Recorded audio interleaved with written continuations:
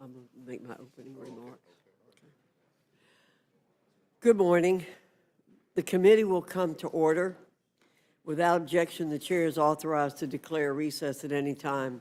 Mr. Arrington is very close, and I think I really like to stay on time, as you all know. I want to honor the people who show up on time, and so we're going to begin without him. Today, the Rules Committee is convening to consider a single measure, the Senate amendment to the fiscal year 2025 budget resolution. As has been said by the Speaker and many others, the House's consideration of the Senate amendment to H-Con Res 14 is the key to unlocking the next critical stage of the budget reconciliation process.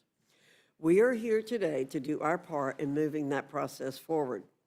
The House's instructions remain ironclad, as they have always been since we began our work in February. Our Republican majority here within the People's House understands that this process is not just about simply securing another win and putting another notch in our belt. This process is about fulfilling the American people's mandate and advancing the President's America First agenda. We will use it to eliminate the possibility of the greatest tax increase in history being levied against every American and their families. Provide ample resources to the military so that the common defense of the nation remains unabated. Allocate necessary critical resources to the Trump administration so that it can further secure the border and reinforce national security. Trim wasteful programs, right-sizing our fiscal footprint, and putting us on a path to fiscal sanity. It's just that simple. We ought to remind ourselves of the imperatives that remain top of mind for Americans across the entire country. They want a secure border, lower taxes, American energy dominance, and a smaller, less costly, and more accountable federal government. We ought to address these imperatives without delay, and that means proceeding to the reconciliation process and continuing our work that began just a few short months ago. Republicans are the ones who will do these things on behalf of all Americans. Democrats, independents, all classes, and all ethnicities. We welcome our Democrat colleagues to join us in saving our country and setting it on a path of greatness once again. With that, I look forward to today's discussion, and I now yield to the ranking member, Mr. McGovern, for any comments he wishes to make. Well, thank you, Madam Chair. And here we go again, an emergency meeting. And what's the emergency? Not the tariffs that are tanking our economy, not the urgent need to bring down prices, not the fact that we have 47 million hungry people in this country. No, the big emergency is that it's now time to jam through Trump's disastrous budget. A budget written by the rich, for the rich, to help the rich get richer. That is what this is, a massive transfer of wealth from those at the bottom to those at the top. It's like Robin Hood in reverse. This budget steals from the poor to give to the rich. And it's not just Democrats who think that this bill is terrible. It's Republicans, too. Mr. Norman, not here right now, but a member of this committee, said the Senate version is dead on arrival. Mr. Roy, a member of the Rules Committee, adopting a policy baseline does not change basic math. Mr. Ogles, the Senate budget bill is really offensive. But don't worry, Donald Trump is on top of things. He says, close your eyes and vote for it. I would just add to that, close your eyes, cover your ears, and hide your calculators. He claims he's got countries calling him, kissing his ass to work out a trade deal. I'm not sure if the Penguins have called yet. But the bottom line is that he wants he wants all of you guys to close your eyes and kiss his ass. And I'm pretty sure that you're all about to do just that. What an embarrassment. But I think that is a moral outrage. If you are willing to support this, we simply do not share the same values. For example, I believe it is wrong to gut Medicaid. I don't want to kick seniors off of their long-term health care. I think it is wrong to kick kids and Americans with disabilities off of food assistance. I think it's evil to give tax breaks to billionaires while you're telling working families to beg for table scraps. I think those are rotten, mean, nasty things to do. This isn't about fiscal responsibility. Give me a break. This is about choices. We are the richest country on earth, or at least we were last week. I haven't done the math since Trump sent our economy off a cliff. But we are making choices here to steal from the poor. We are making a choice to help the rich get richer. My Republican friends want to talk about fiscal responsibility. This budget adds to the national debt. There are so many tax breaks for billionaires in here that estimates say that this package could inflate our deficits by more than $5 trillion. That's trillion with a T. So this is not just immoral, it is financially reckless. Budgets are moral documents, and this one tells hungry kids, sick seniors, working parents, too bad. All because Republicans in Congress care more about their rich donors than kitchen table issues. Because of this budget, kids will become malnourished. Because of this budget, grandparents will have to sell their houses to afford medical care. Because of this budget, more veterans will be homeless. Because of this budget, our nation will fall behind and our future will be less prosperous and worse off. Well, I won't be silent while Republicans turn their backs on the American people. This economy doesn't work for most people. It hasn't for a long time. And it hasn't because of budgets like this, where the rich get handout after handout, and I think, plain and simple, that is wrong. Madam Chair, someday we're all going to be gone, and history won't judge us by the size of our bank accounts. It won't judge us by how many tax breaks we gave to Wall Street billionaires. It'll judge us by our decency, our compassion, our kindness, and yes, by our work to ensure that we build a society where everyone can get ahead and nobody is left behind. This is an immoral budget, and I want the American people to know Democrats do not share these values. We reject this budget, and I would urge my colleagues to open their eyes, to read the budget, read the CBO score, and use your own judgment. Make up your own mind, and don't follow Trump over a cliff like our economy. With that, I yield back. Without objection, any prepared statements that our witnesses may have will be included in the record. I now welcome our panel, Chairman Arrington and Ranking Member Boyle from the Committee on the Budget. Your full statement will be submitted for the record, and we ask that you summarize your statement in 5 minutes. Chairman Arrington, I welcome your testimony. Thank you, Madam Chairman, Ranking Member, and my dear friend, Brendan Boyle, a proud Fighting Irish fan and a good guy to do business with, but we have disagreements. This one will be a big disagreement, the path forward for our country to get our economy growing, to bend the curve on mandatory spending that's driving the debt of our country that's unsustainable. In the most historic election of our lifetime, Americans resoundingly elected President Trump and Republican-led Congress to reverse course on the failed policies of the last 4 years. Unbridled spending and bad economic policies have weakened our economy, created a cost of living disaster for working families, and pushed our nation even closer to the precipice of a debt crisis, which would be catastrophic and I believe irreparable. We are at a critical inflection point with a generational opportunity to rein in wasteful spending in the federal government, reignite economic growth, and put our nation on a responsible and sustainable fiscal path. The House did this in our fiscal framework. We locked in lower taxes for hardworking families and provided tax relief for small businesses, opened up American energy production after a whole-of-government assault on the lifeblood of our economy. We rein in regulatory overreach, right-sized the bloat in our federal government after COVID, root out massive waste, fraud, and abuse in the federal government, and I think GAO said $160 billion in improper payments, as high as $500 billion a year in fraud. We provide President Trump with the tools and resources to secure the border and strengthen the military. And of course, we do this in the House resolution in a balanced and fiscally responsible way. Despite having a one-vote margin, we passed the House budget resolution that seeks to reduce wasteful spending by at least $1.5 trillion. That's the floor. The goal is $2 trillion or more. While the Senate budget resolution included many pro-growth policies and critical investment in national security, it fell far short of the spending reduction targets in the House bill, with $5.8 trillion in new cost and a mere $4 billion in enforceable savings. Furthermore, scoring the tax cuts as current policy without commensurate cuts or offsets or savings so that the deficit doesn't go up on our watch, Madam Chair, I think is a dangerous precedent.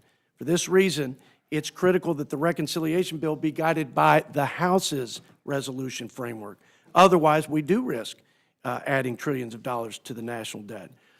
George Washington said in his farewell address, don't put a debt burden on the next generation such that you are not willing to bear.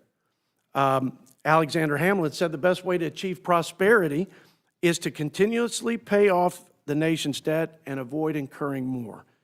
I agree. We're taking $2 trillion of critical investment capital from the private sector every year, and that's going to double in 10 years. That's the annual deficit. Not to mention the $1 trillion in interest that's squeezing our ability to fund our national priorities, namely our sons and daughters that wear the uniform that protect our freedom and our way of life. But my favorite admonishment was from James Madison. A public debt is a public curse, and in our Republican form of government, it's the worst curse of its kind. Here's the bottom line. Out-of-control deficit spending and unsustainable debt is the greatest threat to our country and our children's future. And no responsible leader, not a Republican or Democrat, right or left, can witness this precipitous fiscal decline and stand idly by defending the status quo. If we're going to usher in the golden age of America, we must advance a reconciliation bill that includes the entirety of President Trump's America First agenda, not just the tax cuts, not just dereg, not just American energy, but reining in runaway spending that threatens to bankrupt the United States of America. As we unlock the reconciliation process, Madam Chair, we must hold fast to the principles established in the House budget resolution. If we do, we have a shot. We have a shot at preserving the blessings of liberty and prosperity for our children and grandchildren. If we don't, and we shrink back, and we miss this moment, this, I believe, will be the last best opportunity to right the ship and to save the country from fiscal ruin. Let's reverse the curse. I yield back. Thank you, Mr. Arrington, and I believe the majority of us agree with you. Mr. Boyle, you're recognized. Again, thank you. Thank you. Thank you, Madam Chair, and to the ranking member and to my good friend, the Chair of the Budget Committee. The President has instructed the House of Representatives to close your eyes and pass his bill. I hope my remarks this morning will help open some eyes. Let's look at the last 3 months, or even just the last week. 3 months ago, no one was predicting, not a liberal economist, not a conservative economist, no one was predicting recession. Now it is the consensus projection that we will soon be in a recession if we aren't in one now. There have been 3 recessions in the last 25 years in this century. 2001, after the 9/11 attacks, 2008, when the housing bubble burst, and 2020, the pandemic. Each of those were caused by an external event that I just described. What is causing this recession? Donald Trump's policies. Every single day, we are seeing carnage in the markets. Every growth projection from 3 months ago is now showing a projection of recession. Job losses, retirement savings, 401ks are becoming 201ks and dropping. This is all a direct result, not of a terrorist attack, not of a pandemic, but President Donald Trump's wrong-headed policies. So, Madam Chair, I respectfully suggest we should be here as a Congress working on a bipartisan basis how we will stop and reverse the tremendous damage that has been done over the last 2.5 months, but especially in the last week. And frankly, if we don't come together and do that soon, I believe, as do others, that it can and will get far worse. But instead, we're here not to talk about what everyone else is focusing on, from CNBC and news networks on all sides of the ideological spectrum and just everyday Americans. Instead, we're here to talk about this bill that essentially is trillions of dollars in tax cuts paid for either by further debt or deep cuts, including and especially to Medicaid. Now, I will say this, there is a little challenge in terms of presenting remarks in opposition, because I'm not sure which bill to speak about, the House Republican bill or the Senate Republican bill, because the two bills are 99.8% apart. I will say this, I give House Republicans, led by the Budget Committee Chairman, credit. I profoundly disagree, and made that clear over our 12-hour markup, of how much I disagree with their work. But I respect they at least did the work. I respect the fact that they put down in pen and paper what they believe, put $1.5 trillion at least of cuts, which include the largest cuts to Medicaid in American history, as well as other programs. Senate Republicans, they just gave up. They put even more for tax cuts and include nothing in cuts, 0.2%. Why? Because they are using, with a straight face, something called current policy baseline. Now, that has a very official-sounding term. Surely that must be some well-thought-out way of looking at things. No. Current policy baseline is intellectually bankrupt. It is pretending like math no longer exists. It is saying that we don't have to pay for the extension of the tax cuts next year, or the next 5 years, or the next decade and beyond. It's pretending like that trillions of dollars in costs that CBO has certified go to zero. I'll say this. Not only do I oppose use of current policy baseline in this context, I oppose it, period. This is a dangerous precedent to set. And I would say to my Republican friends, if this precedent is set, just imagine the next time there's a Democratic trifecta. Do you really want current policy baseline to be used by your friends and colleagues on the other side of the aisle? And then how in the world will we really tackle the growing debt crisis that we have? We all know current policy baseline is a complete fraud. Frankly, if this becomes the precedent and becomes the new way of doing things, I don't know why CBO would even exist. There would be no need for it. Pass a bill, fund something for a week, then immediately pass another bill and say, well, we're adopting current policy baseline. That has become permanent. That's the way things will happen around here from now on, and we will look back at this moment as the moment of origin of when it began. Now, finally, I will say this, whether it's the House Republican plan or the Senate Republican plan or some combination of the two, we do know enough to say, as CBO has confirmed, these include, this bill, or either version, will include hundreds of billions of dollars to cuts to Medicaid. 44% of the people in my district, Madam Chair, are on Medicaid. Tens of millions of Americans are on Medicaid. They might know it by a different name depending on your state. This will have a devastating impact on my district, on my state, and all 435 congressional districts throughout our land. Why would we cut Medicaid? Well, what the other side is attempting to do is to use those cuts in order to help offset the largest tax cut to the top 1% in American history. I believe that that is wrong. I believe that it is immoral.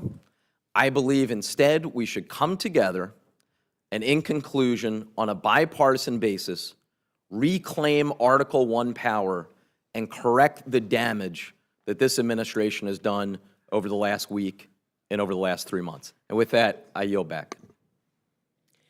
Thank you, Mr. Boyle. Chairman Arrington, we've just listened to a litany of scare tactics, in my opinion, on what this budget resolution contains. And we've heard these for weeks. And some of my colleagues say to me when we're not in rules, oh, how do you stand to listen to all those comments that are being made? And we know it's tough. But these scare tactics don't apply. It should not be stated here because this budget does not contain what our colleagues are saying.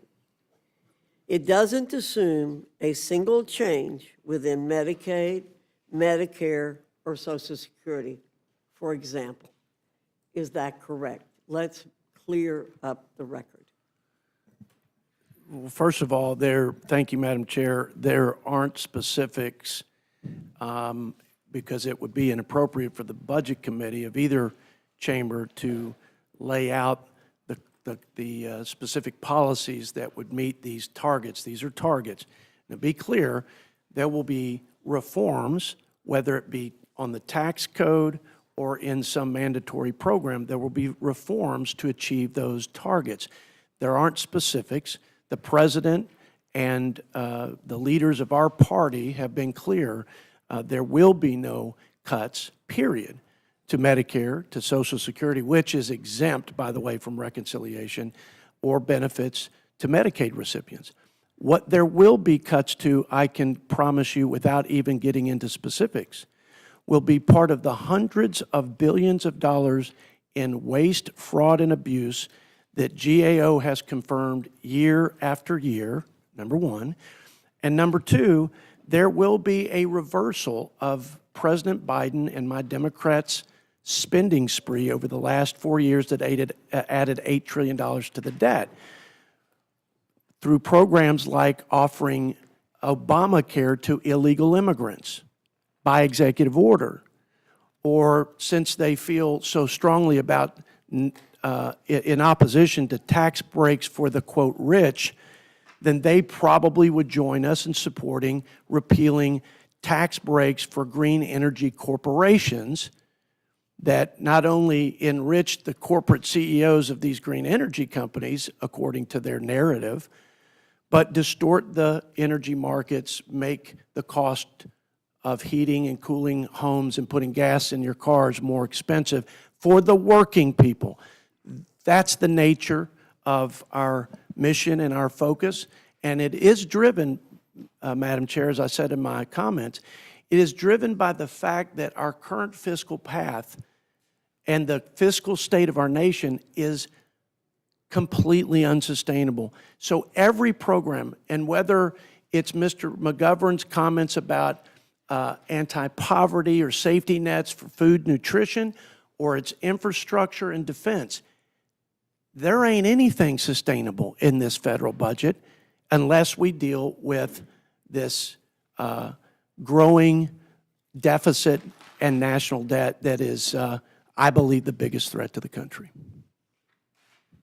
Well, we have to figure out a way to say this more and more often because the distortions of what's in our various budgets have been very, very troubling. So your budget allows for needed flexibility to extend the Tax Cuts and Jobs Act. And we know that after the Tax Cuts and Jobs Act, we had a booming economy. And we want to make sure that we get that booming economy again. But our Democrat colleagues have continued to state that these tax cuts drive up the deficit. Isn't it true that tax receipts have been going up ever since the TCJA's adoption? Madam Chair, we cut the corporate tax rate not to be the most competitive. We're probably in the top quartile, but we were the highest business tax rate of any developed country. And in fact, we put more taxes on our businesses than communist China. So we did what I believe was the right thing to make our business tax rate competitive globally. And as a result, not only did we have billions of repatriated U.S. capital come back to the United States, not only did we have record R&D and capital investment, record jobs, record low unemployment, 6 million people lifted out of poverty because all boats rise on the tide of prosperity that was truly unleashed in the totality of our economic agenda, with tax cuts being the lead dog in that sled. But I would tell you, the other benefit was we had corporate tax revenue at record levels. And so there was the incentive for growth, investment, and job creation and revenue, the Treasury as a result. And we need to continue that growth. But most importantly, if we fail to act and we acquiesce or cede to the opposition of our Democrat colleagues, we will put a tax hike of about $400 billion a year on this economy that will send it spiraling into a recession. And you'd put a 22% tax hike on the average American.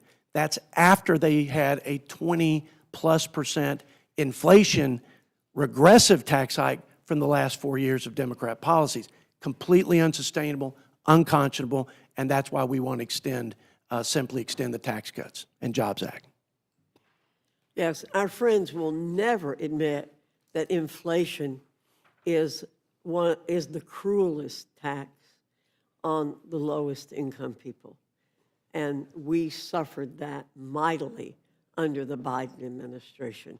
And we had practically no inflation under the first Trump administration.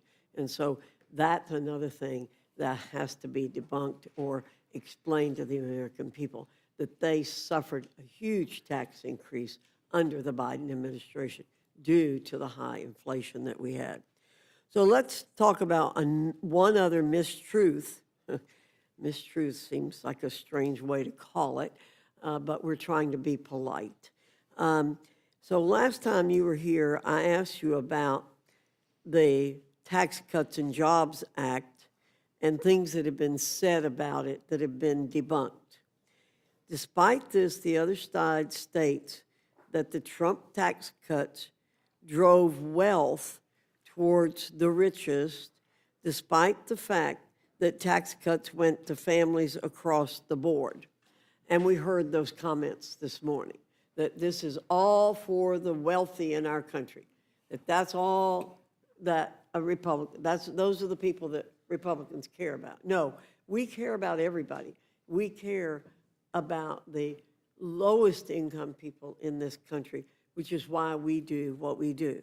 So let me ask you again, isn't it true that the share of taxes paid by the top 1% actually hit new heights after the Tax Cuts and Jobs Act was enacted? Yes, ma'am, Madam Chair. Democrats and progressive think tanks that made some of the same criticisms about tax cuts for the rich at the expense of the poor, those were debunked, and even the Washington Post gave like 3 Pinocchios to comments of that nature.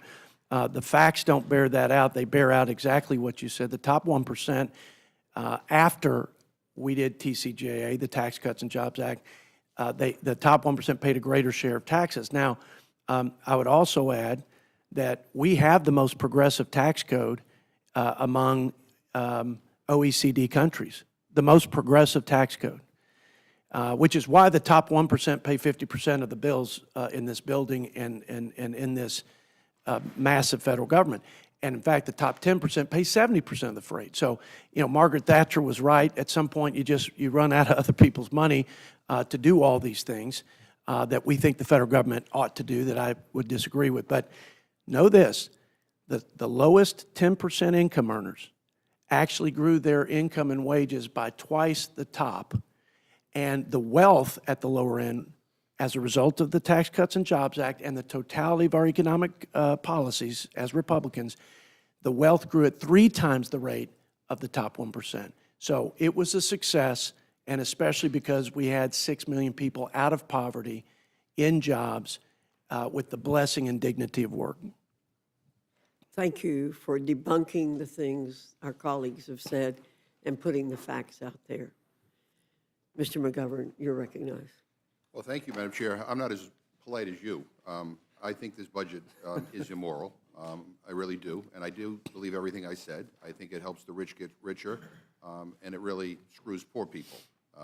But I just, in response to the chairwoman's questioning that somehow that there are no cuts in programs like Medicaid, I'm kind of beside myself that Republicans are still claiming that this budget that does not cut Medicare directly. It absolutely does. It absolutely does. And you don't have to trust my word on it. I ask unanimous consent to insert into the record an article from The Hill entitled "Republicans Need to Cut Medicaid to Hit Budget Savings Target, CBO Fines." Without objection. Madam Chair. What this budget... You originally said Medicare. No, he said Medicaid as well. You said He Medicare. said Medicaid. If I misspoke once, I mean Medicaid. Okay. What this budget does is direct the Committee on Energy and Commerce to come up with at least $880 billion in cuts within their jurisdiction.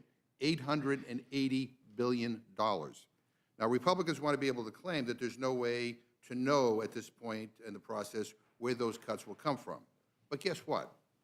If you don't cut Medicaid, Medicare, or CHIP, there is only $381 billion left to cut in Energy and Commerce's jurisdiction.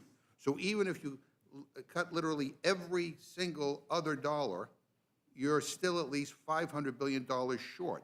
$500 billion. I guess I understand why President Trump suggests that you all close your eyes before you vote on this steaming pile of Medicaid cuts. Mr. Boyle, do you want to...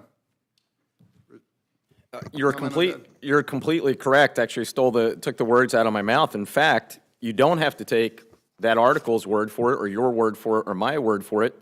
It was confirmed in a letter from the Congressional Budget Office dated March 5th to Ranking Member Frank Pallone and to me. And again, everything else Energy and Commerce has jurisdiction over. Only total $381 billion. So by definition, there have to be at least $500 billion in cuts to Medicaid, the largest in American history, in order to meet the requirements of this budget resolution. No, and yeah, so I mean, yeah, people are scared, Madam Chair. People are frightened because they know what's coming.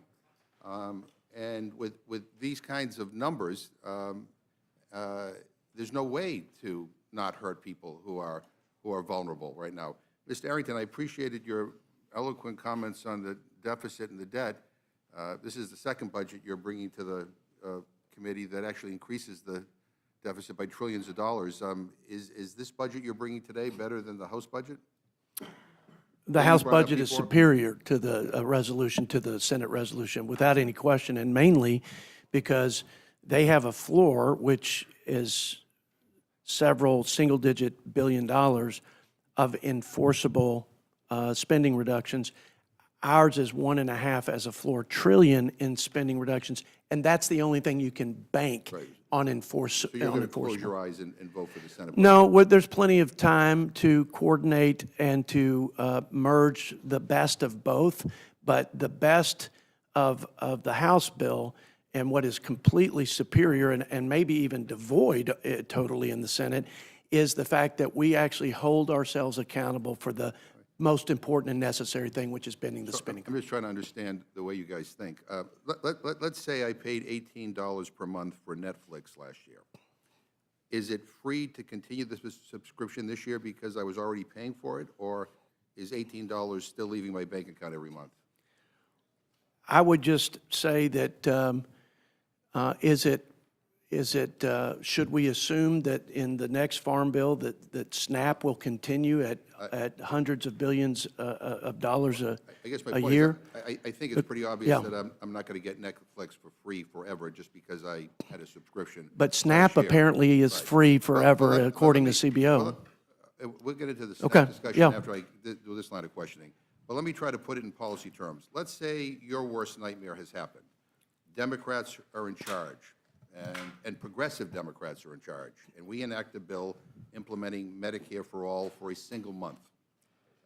If we pass the second bill a couple of weeks later to make it permanent, does that bill have a cost of zero? I mean, have I figured out a magic loophole to make Medicare for all free? You want me to answer that? I don't think that scenario is free. I don't think SNAP is free, and I don't think tax cuts are free, to be frank. So just know that my position, Mr. McGovern, can I just finish? My position has been that giving permanence to tax policy in comparable treatment to spending programs and policies, I think is fair. But what I think is irresponsible is to not offset the deficit impacts on either, and that's been my position. But this is exactly what Republicans are trying to argue when you use the current policy baseline to extend tax cuts for billionaires. I mean, you really can't make this stuff up. It doesn't cost any money this year because I'm just renewing the same thing that's already costing me money? I mean, really? I mean, I hope that fiscal conservatives in your party aren't falling for this. I mean, it's kind of embarrassing. Let me ask you a question for you. Are House instructions binding on the Senate? The House instructions are binding for the House, and the Senate instructions are binding on the Senate. But the reconciliation policies will need to be coordinated and concurrent as we meet out the policy-making part of the process, which is the reconciliation bill. And I'm going to read a quote, Mr. Chairman Arrington, from you. It says, if the Senate is simply using current policy to get tax cuts permanent while avoiding or skirting the responsibility to bring down spending commensurately, then that's a non-starter. So you have to have a balanced budget resolution approach like we did in the House.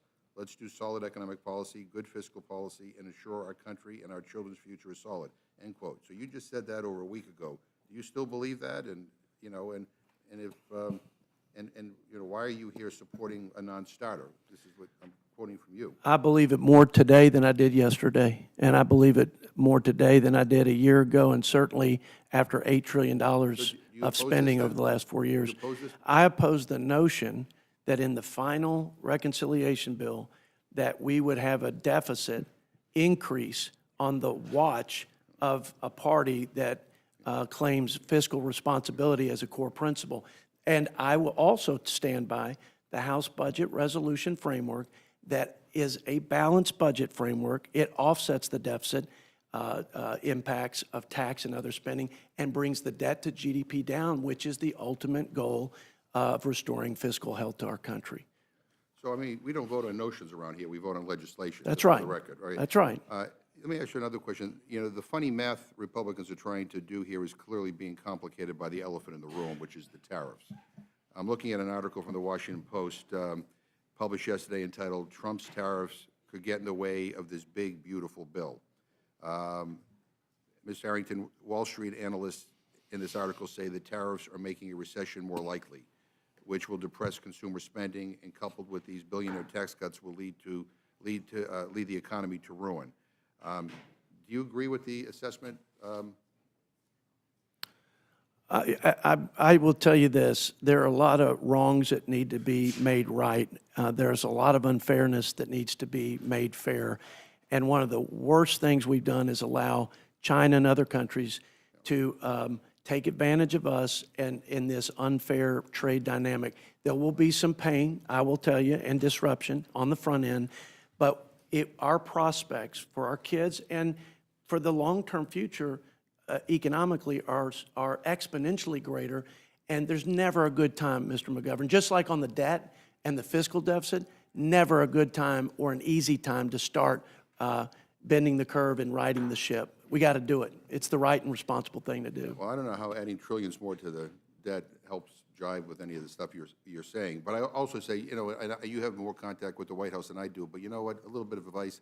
Tell them to stop having billionaires tell us that we should be able to take the pain, because the people who are going to be hurt the most by these tariffs, you know, are average working class people. And I think they're beginning to resent being lectured to by a bunch of multi-billionaires who seem to know everything, and by the way, who life will not change for them at all. But I just want to say, when asked about the budget, about this budget resolution coupled with the tariffs, the chair of the JEC, Rep. Schweikert, said, and I quote, "How do you vote on it when you have different groups making up numbers on its economic effects?" End quote. I mean, do you agree with Representative Schweikert's? I don't know the context to that, except to say that we need to be honest about the math on both sides of the aisle, and we also need to have the collective political courage on both sides of the aisle to address the massive math problem we have as a country. And I think it's fair to say, based on what you testified to just now, that we're not being honest about the numbers or the impact. You know, and I think I am, and if you ask me a direct question, I'll tell you I'll give you a direct and honest answer. right. But I mean, But I mean, I don't yeah. know how your opening statement is consistent with the budget that you're bringing before us today from the Senate. It's a fair question. It's a fair question. It's because the reconciliation bill is the bill that advances the policies that achieve these budgetary goals. I said the House is superior, and that the House must drive, and the budget targets and the principles, and especially the balanced budget resolution nature, should drive the reconciliation bill. That's why I'm here. Do I have concerns about the Senate? You bet. For some of the same reasons you've articulated, quite frankly. And let me just, I mean, you raised the issue of SNAP multiple times, because you know it's a program that I feel very strongly about. And I respect that. But the reason why I do is because it's a program that is about making sure people have the resources to put food on the table. I mean, we have 47 million people in this country who are food insecure or hungry. I think that's a national scandal. And quite frankly, I think making sure they get fed, making sure they can access nutritious food is more important than giving billionaires tax cuts. So we have a philosophical difference here. And again, the way this program has been demonized, I think, is also a scandal. Again, the vast, overwhelming majority of people on this program are children, are seniors, you know, are people with disabilities, and you know, and the benefit, as we talked about the last time you were here, is about $2 per person per meal on average. That's it. With the cuts that you're proposing in your budget, it'll bring it down to about $1.60. Try to find a cup of coffee in this Capitol building for $2. And that's where you're looking at. I mean, not at loopholes that allow billionaires in this country to pay a lower effective tax rate than police officers or firefighters or, you know, or teachers. So, yeah, that's why I feel very strongly about it. And I'm going to fight with every ounce of energy that I have to make sure that we don't increase hunger in this country. May I respond to that? You may, yeah. Because I served with you on the Ag Committee, and I know you're passionate about it, and I totally appreciate that. I think all of us want every family to have the basic necessities for life and for flourishing. Do you think $2 per meal is an adequate benefit? I think you and I philosophically disagree that the federal government is the answer to every problem in America. And I think you believe think, it is the answer to every well, problem. but if you thought, this is my opinion, but if you were as impassioned on this issue of feeding hungry working families or those families struggling who are looking for work, who can work and still looking for work, then you'd be just as impassioned about the damage done by the 21% increase in the cost of food and gas to get these folks to their jobs and to feed their families. So it goes all, it has to be consistent. That's why I'm fighting against these tariffs. But did you fight against this inflation? Were you as critical of the inflation tax? COVID resulted in a lot of the inflation that You don't we dealt think with, spending had and anything to do with it? it? Is. But right now, it is Donald Trump's tariffs that are driving food costs up. I would just simply say, you know what, the majority of people who are able-bodied, who can work, who are on SNAP, actually do work. You know, do you think they want to? Do you think they want to be on SNAP? No, they'd appreciate a better wage, right? And we can work on, if you want to work on increasing the minimum wage, I'm happy to work with you on that. But you know, work out a pay so people don't need to being on these programs. But quite frankly, work doesn't pay for a lot of these families. And anyway, but Do you think we could agree on this particular, since you've talked about Medicaid cuts, we've said no benefit cuts, but that's impossible. No, but let me with that number. break it down and just see if we can agree right here and now. There's $500 billion, according to GAO, over the 10-year budget window in waste, fraud, and abuse. That's the improper payment. Would you cut that or not? Yeah, I don't know anybody who's for fraud. Okay, and okay, abuse. but let me, that's fine. I dispute those figures, Okay, okay? but then secondly, you can't dispute this one. If we review the rolls, the Medicaid rolls, and we just ensure that those who are not eligible legally to receive the benefit don't get the benefit, so that the program's there for the most vulnerable, that saves $160 billion. Are you for that? Yeah, I will just simply There's say, just a list of those I've things. seen this Yeah. movie before. But do And you know believe what? that? And I think that, and quite frankly, what bothers me most about this budget is not just what it's going to do to our deficit, but what it's going to do to vulnerable people in this country. And quite frankly, I sat through a hearing yesterday in the Ag Committee on SNAP. I know exactly where you guys are coming from. I thank you. I yield back. Mr. Scott, you're recognized. Thank you, Madam Chair. I just want to point out that in 2020, we had a $626 billion trade deficit, and that by the time Joe Biden left office, that trade deficit had increased to $918 billion. And for January, Joe Biden's last month in office, our trade deficit was a record $131.38 billion. We have to get the trade deficit under control. It's not going to come without some pain. We know that, but we weren't going to be able to just tell China, hey, pretty please, would you reach an equitable balance of trade with us, and them do it. None of us like the tariffs, but the bottom line is something had to be done to get the trade balance back in line, or there are going to be fewer jobs in America. So, I mean, I'm hopeful that they lead to good trade negotiations very quick. I think it had to be done, and I think that the right people are in place to handle it. That said, Mr. Chairman, I want to go back. I mean, tax revenues, we have the highest 2 years on record, I believe, of the last 2 years of tax collections ever in the history of the United States. Is that correct? That's correct. And even though we had higher tax revenues than we've ever had, what was the deficit? Almost $2 trillion. Almost $2 trillion. And if that is not put under control, will the dollar maintain its position as the global world currency? We will jeopardize losing the reserve currency for the world, which is the coin of the realm and the currency for our global leadership and influence, central to it all. Right. So the Democrats are arguing that we're extending the tax cuts for billionaires. My understanding is that we're extending the tax cuts for everybody. Is that correct? That's correct. We believe in the principle of fairness. Everybody that's working hard and everybody that's a citizen of this country ought to be able to keep some of their hard-earned money. And Medicaid, they keep saying that we're kicking people off Medicaid, but Medicaid has FMAP, correct, a federal match. That's correct.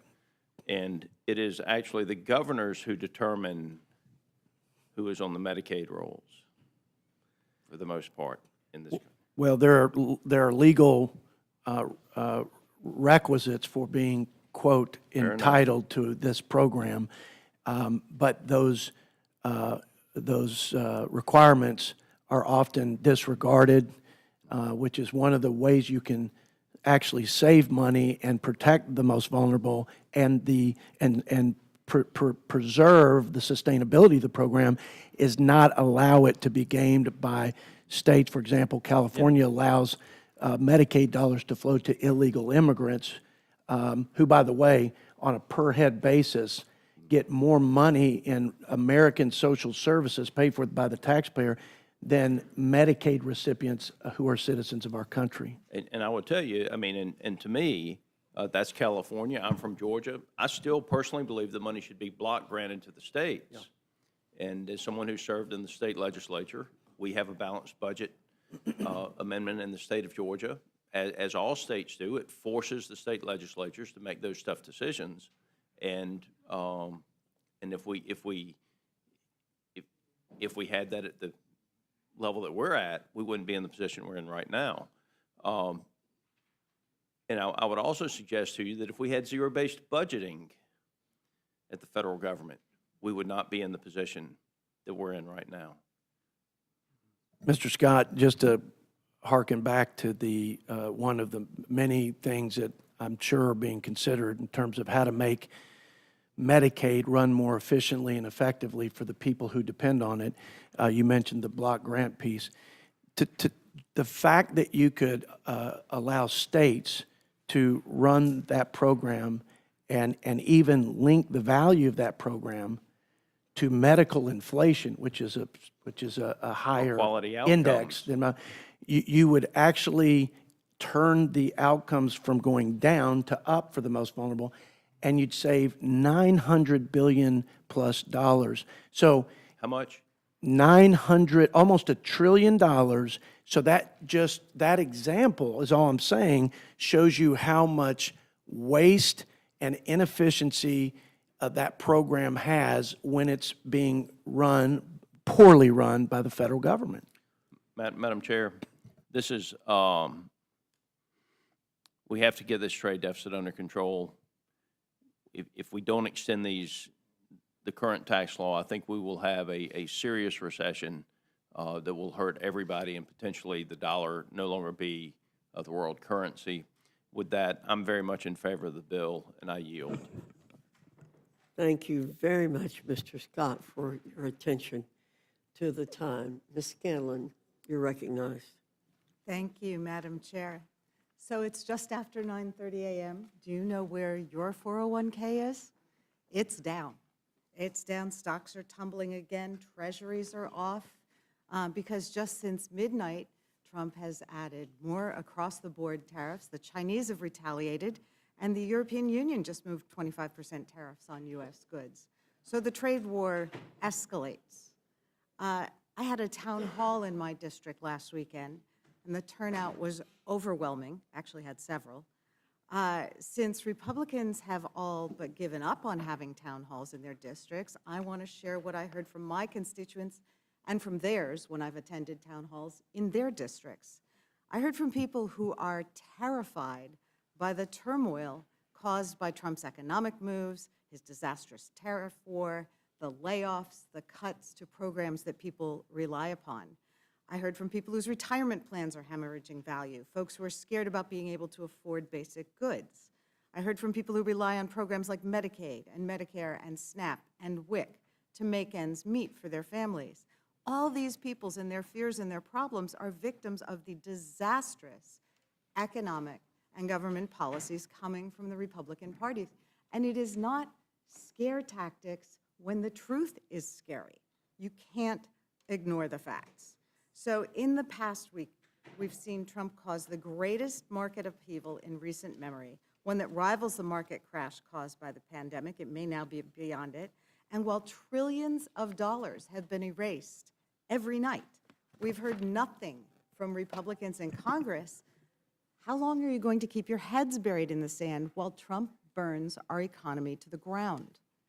To add insult to injury, our Republican colleagues are back again in Rules Committee today to force through a budget resolution that even they concede is disastrous, but it's one that hands tax giveaways to big businesses and the rich and pays for them by slashing fundamental benefits and services in our social safety net programs that millions of working families rely upon. These Republican policies are destroying our middle class. They're destroying our economy, and they're destroying our strength and standing in the world. Despite 40 years, almost 50 years now, I think, of empirical evidence showing that these policy of robbing the middle class to give tax breaks to the rich are a resounding failure, Republicans are nonetheless trying to push through with this party orthodoxy again. These policies do not work. Trickle-down economics does not work. It doesn't help the middle class. It doesn't create jobs. It doesn't increase business investment, and it doesn't grow the economy. What these policies do is allow billionaires and big business to pocket more profits at the expense of everyone else. And it allows our national debt and deficit to grow. It's because of trickle-down economics that we now have the most extreme income inequality in our nation's history. But when faced with these facts, Republicans have no answers. So what are they doing? They're making up their own facts. We heard stories about tax handouts paying for themselves. We've heard claims without proof that every federal program is burdened with massive fraud and abuse. They're now casting doubt on official budget data and making up their own fake budget scoring plan. So they're trying to sneak around our budget laws with accounting gimmicks that hide the true cost of their budget plans. Even with these gimmicks, their plan will still cost trillions of dollars and add tens of trillions to the national debt. If they weren't cooking the books, the debt figures would be even higher. Time and time again since the end of World War II, Republican economic policy has been disastrous for our economy. And it's always been Democratic presidents and Democratic Congresses that have had to clean up the mess created by the Republicans. Then, as now, Democrats are fighting to invest in working families, protect health care, and build an economy that works for everyone, not just the rich. But here we are, about to go down the same road, because at the end of the day, Republicans work for the rich. They work for billionaires and big business, and everyone else is being left to fend for themselves. Now, when this Senate budget bill was released on Saturday, Mr. Arrington released a statement that said the Senate response was unserious and disappointing. And I have to agree, but probably for different reasons. Mr. Boyle, you spoke about the Medicaid cuts that are required by the budget plan put forward by House Republicans.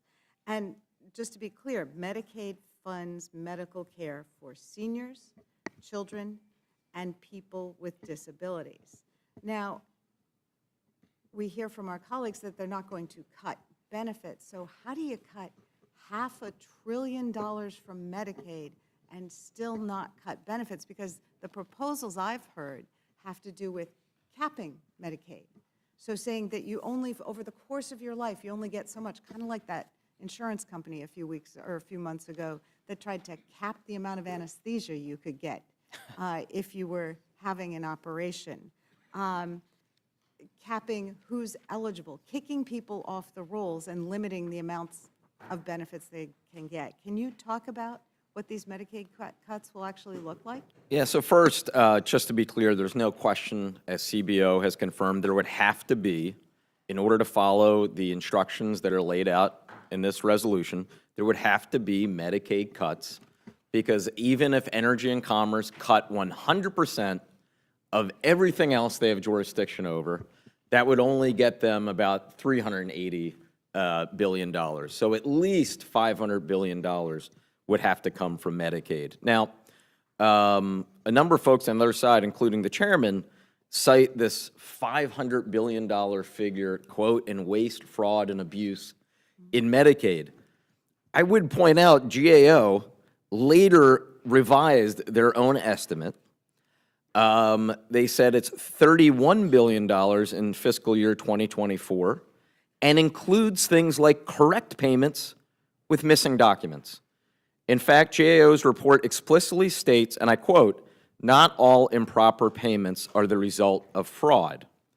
They further say, quote, "This estimate is not designed to detect or measure the amount of fraud." Just to be clear, if there's $1 in fraud, frankly, in any program, I strongly oppose that. I think that we should absolutely correct it. I think it's offensive, frankly, to the people who follow the law and are law-abiding citizens, which are the vast majority of people in our country. But to say that there are, $500 billion worth of waste, fraud, and abuse, it just isn't so. The reality is that real working Americans will be deeply impacted by these Medicaid cuts that have to happen and, yes, are included in the bill before us. Thank you. And beyond that, when those cuts to Medicaid kick in, it's also going to cause our federally qualified healthcare clinics to go under because they're already on the line, which then leads to people having to go to the emergency room for ordinary care, which then impacts our hospital systems, and they're already struggling to keep up. You know, Mr. Arrington made an impassioned speech about the need to address the debt, but what would this bill really cost? In any world, can it be called fiscally responsible? And how, I guess, what would it cost and what would it do? This is a deeply irresponsible piece of legislation that will clearly add trillions of dollars in new debt. And, you know, I want to read from some budget experts across the ideological spectrum. First, I mean, it was a joint letter from a number of budget experts, again, across the political spectrum, and this just ran on April 4th. Quote, "There is no point of budget enforcement if Congress gets to pick the score it wants." There was another opinion piece by Brett Loper of the Peterson Foundation, as well as Bill Hoagland, who is with the Bipartisan Policy Center and is the former Republican staff director of the Senate Budget Committee. Quote, "Using a current policy baseline would be a serious act of fiscal irresponsibility, making it easier for either party to circumvent important budgetary guardrails, thereby accelerating the growth of our national debt by many trillions for years to come." And then finally, Andrew Moylan, who's the former executive vice president of the National Taxpayers Union Foundation, not exactly a left-leaning group, said, quote, "Spending provisions should be debated on their own merits, tax policy should be debated on its own merits, and budget scoring should be consistent, regardless of which party is in charge. Trading away baseline integrity has the potential to be a monumentally bad deal, not just for today, but for every budget fight to come." I said this before, and this isn't a threat, it's, I think, a common sense prediction. There is no question that if we set this new precedent of using current policy baseline, it will be used and abused by both sides to hike up our national debt for years and years to come. And I believe that genuine fiscal conservatives, years from now, will look back at this moment and live to deeply regret the opening of the door to current policy baseline. Well, I want to thank you. I greatly respect your expertise. You are very in the weeds on all this and a real trusted messenger on it. And I appreciate the data that you share with everyone on your House webpage so people can look and see the impact of these various budget proposals in their region. So thank you. I yield back. Thank you, Ms. Scanlon. Mr. Griffith, you're recognized. Thank you, Madam Chair. Let me say first that this resolution just moves us forward into the process. And while I would have chosen a different path and have suggested a different path, that's all it does. We then come back and start looking at things. I wish, and I would hope that they might offer it somewhere online, the sale of the Democrats' magic crystal ball, because I'm hearing numbers, I'm hearing things being said that just aren't happening. Furthermore, Madam Chair, if they want to come back and criticize our final product, have at it. But we don't have that final product. None of this stuff is written into stone, and yet I'm hearing things about us kicking disabled and children off of food stamps, gutting Medicaid, et cetera, and none of that is on the table. Now, we are in Washington, D.C., and we can have differences, and numbers will lay on the page and let you interpret them in different ways. In Medicaid, as Chairman Arrington pointed out, if you make efficiencies, because when we're talking about a budget resolution and ultimately reconciliation, we're looking out over a 10-year period. And if you say that we're locked in with the hyperinflation because of the inefficiencies that we've had in Medicaid, and I'm going to take a minute to explain that in a second, over the last few years and for some time, and merely changing that growth pattern slightly is somehow a cut, then I guess you can call it a cut. But it's not a cut. It's bending the curve on the inflationary factors in Medicaid. And how we get into that, Madam Chair, is, and I serve on Energy and Commerce, so we've been looking at this and studying it. And how we get into that is that because right now Medicaid is you charge the fee, the state sends the fee to the federal government, and depending on what your FMAP, what the federal government, state government share is in your state, different money gets sent. But if it's an authorized expenditure, no matter what the cost is, the federal government is paying its share, whatever that is, and it changes from state to state. In Virginia, it's 50% for regular Medicaid, and of course 90% for Medicaid expansion. We automatically pay it. So there's no incentive for the healthcare providers, whether it be a hospital or the federal qualified health centers, to find any efficiencies. And it's always hard to sit down and try to figure out how you're going to do this. We're looking at a lot of different concepts, but part of what we're looking at is empowering the facilities to find efficiencies. And the cap, and I think everybody's well-meaning in this, but to correct a statement that was made earlier that somehow we were going to cap your lifetime benefits, that is not even being talked about. I don't know where that came from. It's just a misunderstanding. The cap means that we're going to cap the amount per year per individual, and then add to it an inflation factor. And because medical inflation in a whole, Medicaid outstrips medical inflation outstrips the regular inflation, CPI, so that we're not trying to keep, to make a cut by having inflation eat it up. Energy and Commerce is looking at medical inflation +1 or +2. That has not yet been determined. And just capping the amount per patient that goes to a state or to an individual healthcare provider. That then gives the state and the healthcare providers incentive to reduce the extraordinary increases over a 10-year period. And so I guess we're back to that.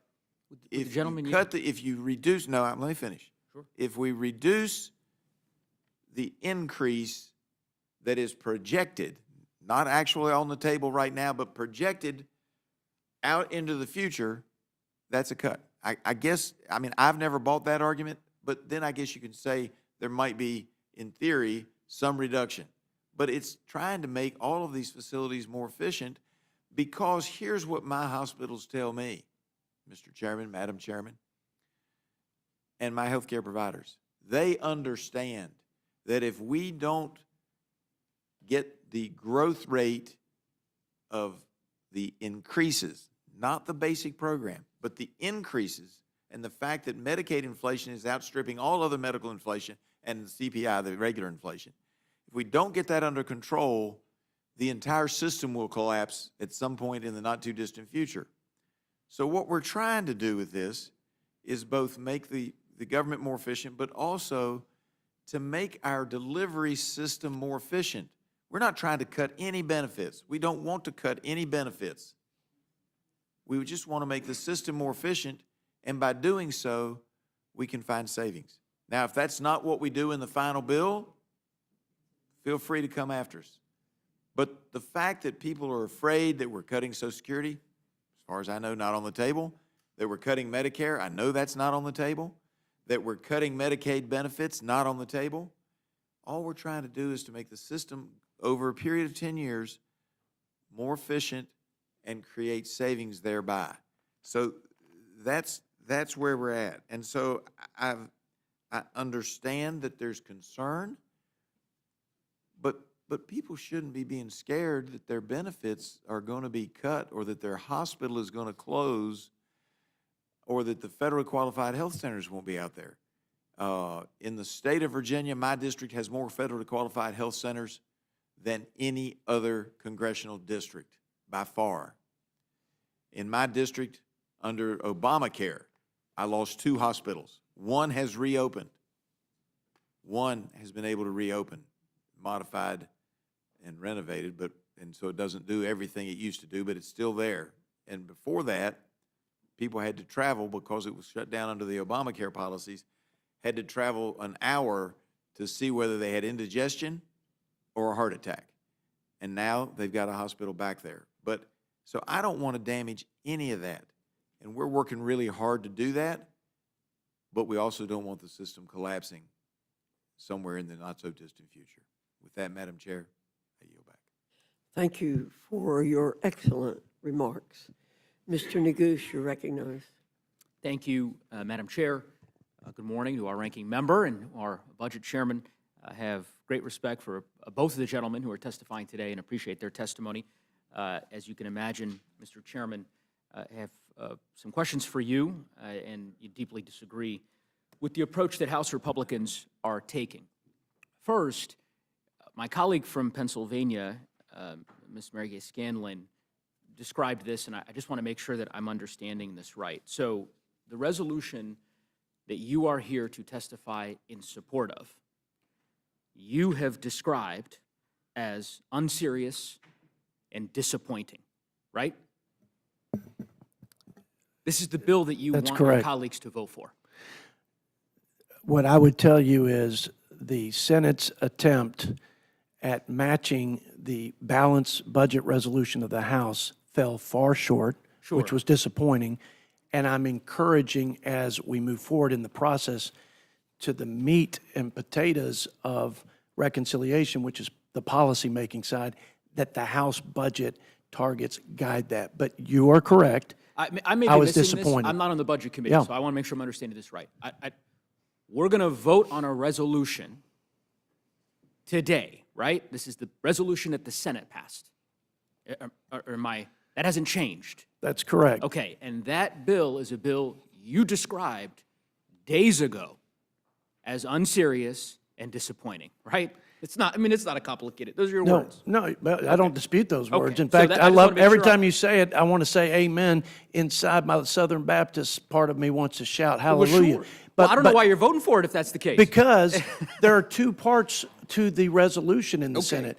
There is the part that keeps our fiscally responsible framework for the House, which I implored my colleagues in the Senate to adopt in the upper chamber. They failed to do that. Okay. And all I'm saying is, when we get to the combined reconciliation bill and the policies that will ultimately Yep.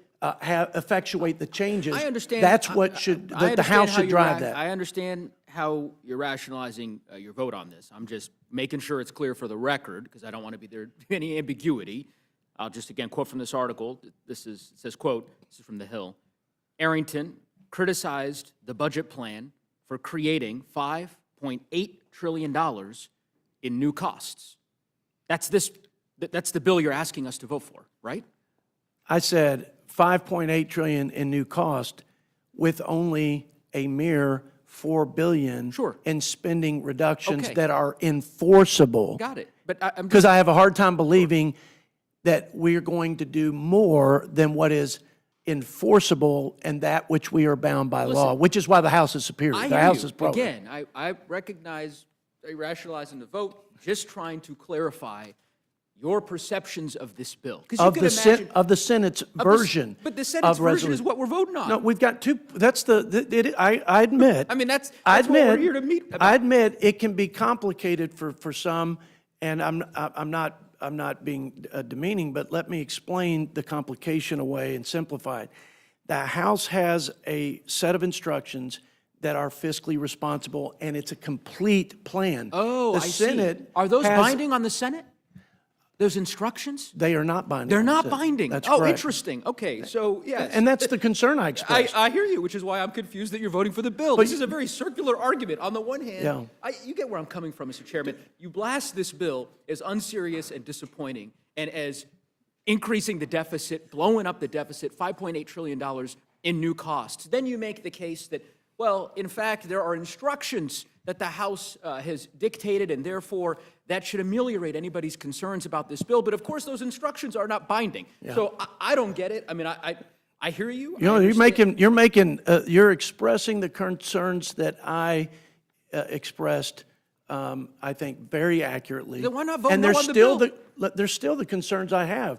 So the more you talk about it, the more I think, my gosh, Mr. Nagus and I actually agree with the concerns that if the Senate's resolution were to guide the reconciliation process, I think we end up at a far less responsible outcome. Join me in voting no. It sounds like you're a no vote. I mean, that I'm sounds like the chairman of the House Budget I'm Committee. concerned for the reasons you articulated. Well, I would encourage you, if that's the case, to join House Democrats in opposing the bill. I mean, it seems like you're almost there. So anyway, I'll move Yep. on. I want to talk a bit about, I love having the opportunity to have the budget ranking member and the budget chairman here, so we can talk a bit more about the broader Why don't you economy. pick on him a little bit? So, Mr. Arrington, you posted this on X about a year ago. This is in August of 2024. It's a tweet, and it says, "Nobody knows how to get an economy running like President Trump." You still believe that? I believe that President Trump's economic Do you still agenda. believe that? It's Yeah. not- yeah. Oh, you yeah. Still, you still And believe- if past his prologue, Got it. we're going to have a red-hot economy like past we his did the first. prologue, let's talk a bit about the present. So, Yeah. what do you describe an economy running well as? How would you describe that? What I barometers would you use? would say, Would a recession count? Is that I would say growing the GDP by almost an entire 1% in 2 years after deregulation, tax cuts, work incentives, it's good interesting energy that you used policy. 2 years because No, it's- in 2 I know, years I prior to understand. COVID. It's interesting that Yeah. you've used 2 years as the marker because, of course, as you know, every economist in the country is now predicting that we will have a recession if we are not experiencing one already. I don't know that most Americans, I'm not an economist, but I think most Americans, whether they're in West Texas or in Colorado, they wouldn't describe a recession as an economy running well. I mean, does that make sense? You don't disagree with that, right?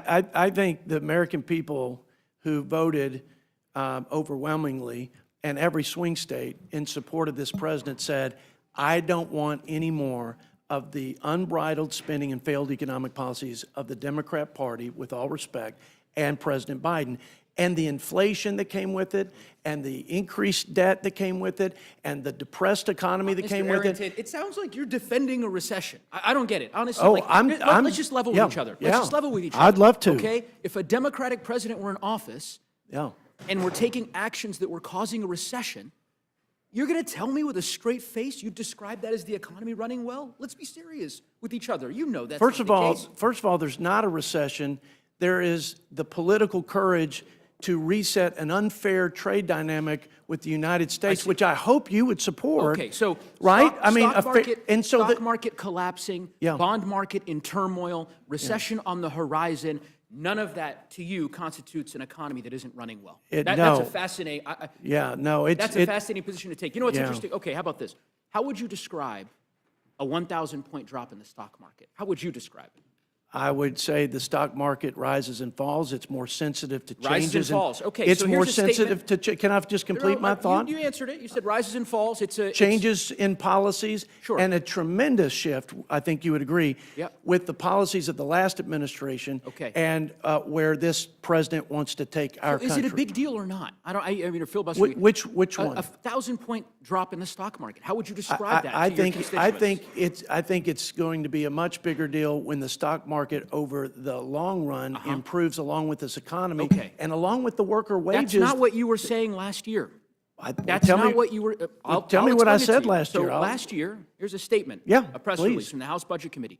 Chairman Arrington, on the drop in financial markets and the fiscal decline of the Biden-Harris administration's economy.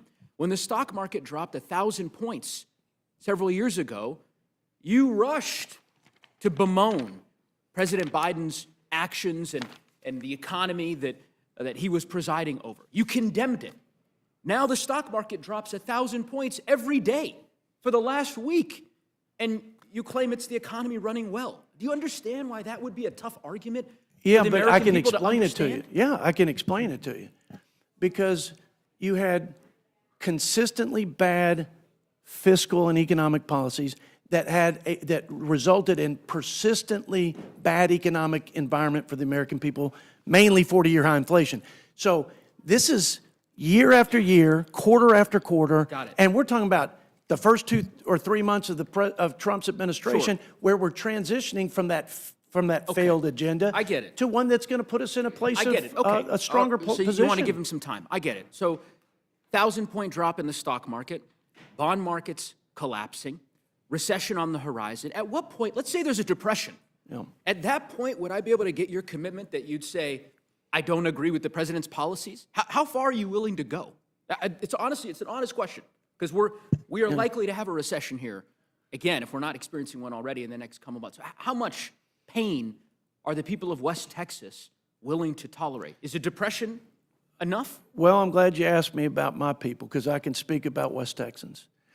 They're thinking about the next generation of farmers and ranchers. Sure. And they know that the current conditions and relationship that is just completely and totally unfair will bankrupt the farmers of the future. Secondly, the It people. sounds like the answer is there's no limit. The people, You haven't answered the question. The people of West Texas will tell you, the day you wake up and you have to beg another country for your food and for your energy, like we have to beg for our drugs to be made and computer chips, you tell me what you would pay to avoid that for your children. And I know you love your children as much as I do. You tell me that there's no courage in this town to do what the president's doing. And we all recognize there's some transition and discomfort and pain. No one's denying that. What you describe as a transition and discomfort, Yes. economists describe as a recession. Yeah, well. Job loss, Yeah. prices going up, Yeah. 401ks vanishing. That's what I mean, I understand the words you're using, Yeah. discomfort, transition. Yes. Those don't mean much to the people of Colorado that I represent, who are going to be on the front lines of ultimately being impacted by the disastrous How did they conduct that feel the about the president has taken. discomfort of the 21% Let's regressive talk about it. inflation tax? No, Let's how talk- did they feel about that? I shouldn't be asking you the I question, know, I hear you, but Mr. Chair, but I always love our give and take. okay. Let's talk about that. All right. I'd like to call attention to the gentleman that you're now into almost 12 minutes. And we have a lot of other people willing to speak. I understand, Madam Chair. I'm respectful. And I Call to your, excuse me, just want to call to your attention. I will Thank not you. belabor it, but I do want to talk about trade, because you referenced it, Chairman Arrington, and I think you would agree trade is an important Yes, priority for the future growth of our economy. 100%. Okay. Do you agree with the president's tariffs? I agree with the reciprocal trade policies Sure. that treat the products of other countries not a the gotcha. same they treat It is our products. part of the reason why I said Yes, going I a long agree. time. Yeah, I exactly. agree with It's the a simple reciprocal thing. trade. Yes, Exactly. yes, So you agree? yes. Okay. Do you agree? 100%. Do you agree with President Trump's tariff formula? Like, do you think it makes sense? Reciprocal trade formula. The formula that he articulated earlier this week. Do you believe that it makes sense? Yes, Okay. Can you Yes. explain it? yes. Explain it to us. The products from the United States that go into countries, the top 20 of which have twice the tariff and non-tariff barriers, actually just the tariff barriers, a 2-to-1 basically tax on our products. If you're talking about agriculture, it's 3-to-1. Those are the top 20 markets that we work with and compete with. Sure. And so, You understand that most economists, multiple economists, Yeah. have described the formula that was adopted as nonsensical, as making no economic sense. And of course, the reason is because there are a variety of different contributors to trade deficits. You concede that. It's like tariffs, non-tariff Of course, and barriers, including capital flows, taxes, including supply currency chains, manipulation. Yeah, there's a, comparative advantage, geography. So the formula they constructed is not one that's been defensible by virtually any economist. I But disagree with that apparently completely. It I meets the de- chairman's definition. absolutely. It Okay. makes total sense Got it. that you would take tariffs, VAT and border taxes, technical and quota barriers, manipulation of currency, stealing our IP. At what point are we going to agree as Americans, forget party politics, when are we going to agree that we're not going to let other countries take advantage of this nation and to hurt our manufacturers and Have you farmers? seen how these tariffs have been received in West Texas? Man, In these, some of the press our recently? guys get the sacrifice on the front end for our future and for their children. Okay. My guys are all in to support this president. Well, And the I say articles- that unequivocally, The unequivocally. articles I'm reading, Yeah, Fox, West Texas, tariffs expected to hit West Texas coffee drinkers, construction companies, West Texas soybean farmer expresses thoughts and concerns about upcoming tariffs. I understand cotton farming is big in West Texas. The biggest in the world. Biggest in the world. Wall Street Journal, tariffs unraveled. Cotton prices. Boy, I mean, the tune that you're singing and that your colleagues are singing seems awfully different than certainly the farmers in my district that I represent. As you know, I represent a rural district in northwestern Colorado, and I can tell you that these tariffs are going to hit our community very, very hard. I want to just ask one last question. Yeah. And because I know I appreciate the chairwoman's indulgence. My last question is simple. I appreciate that you engage in intellectually honest debate and your willingness to come before this committee. And I assume you'd agree with me that debating these matters is really important for the American people. Absolutely, 100%. Well, I am, enjoy Madam Chair. too. I'm getting to it. What was that? I enjoy the real debate as well. As do I.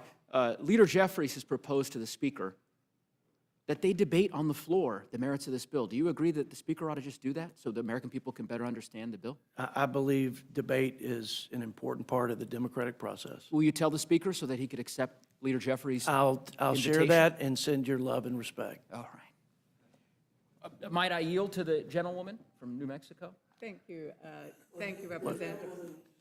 Time coming up I after, wanted to just follow up, thank you. after we have a Republican speak. You will have your time, Ms. Leisure Fernandez. Mr. Jack, you're recognized. Thank you, Madam Chair, and I want to commend Chairman Arrington again for your thoughtful testimony. You are, without question, the leading voice in our conference as it relates to these matters. And I just want, because we talked so much today about the state of the economy, I'd like for you to walk us through what will happen if our Democrat colleagues allow the Trump tax cuts to expire at the end of this year. Well, I'll hearken back to Ms. Scanlon, her comments about how these tax cuts are for the rich and nobody else is benefiting from them. And in the pejorative context that she characterized it, like a lot of my Democrat colleagues, and I'm not trying to be mean-spirited, but it's an insult to the working people who had a $5,000 benefit that is $5,000 more in their pockets for median household incomes after the Tax Cuts and Jobs Act. Again, the working families in America had an increase in income and wages at twice the rate of the top earners after the Tax Cuts and Jobs Act. And as I mentioned before, wealth growth was 3 times that of the top income earners. So for my Democrat colleagues to oppose the extension of the Tax Cuts and Jobs Act, it will be a 22% tax hike on everybody in Ms. Scanlon's district and everybody in my district. It will also cost working families about $1,700 after they've lost, and that's a year, after they've lost $1,100 a month because inflation burned a hole in their wallets. So I don't know how, in good conscience, anyone could oppose extending the tax breaks so that our country's economy can come off of high center, create better jobs and bigger paychecks, and provide the much-needed relief to our families who have suffered through 4 years of spending-induced inflation and record-high interest rate hikes. So it's in fact, 90%, over 90% of American families use the standard deduction.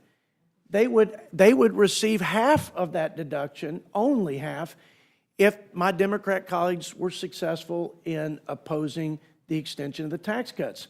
40 million families depend on the child tax credit.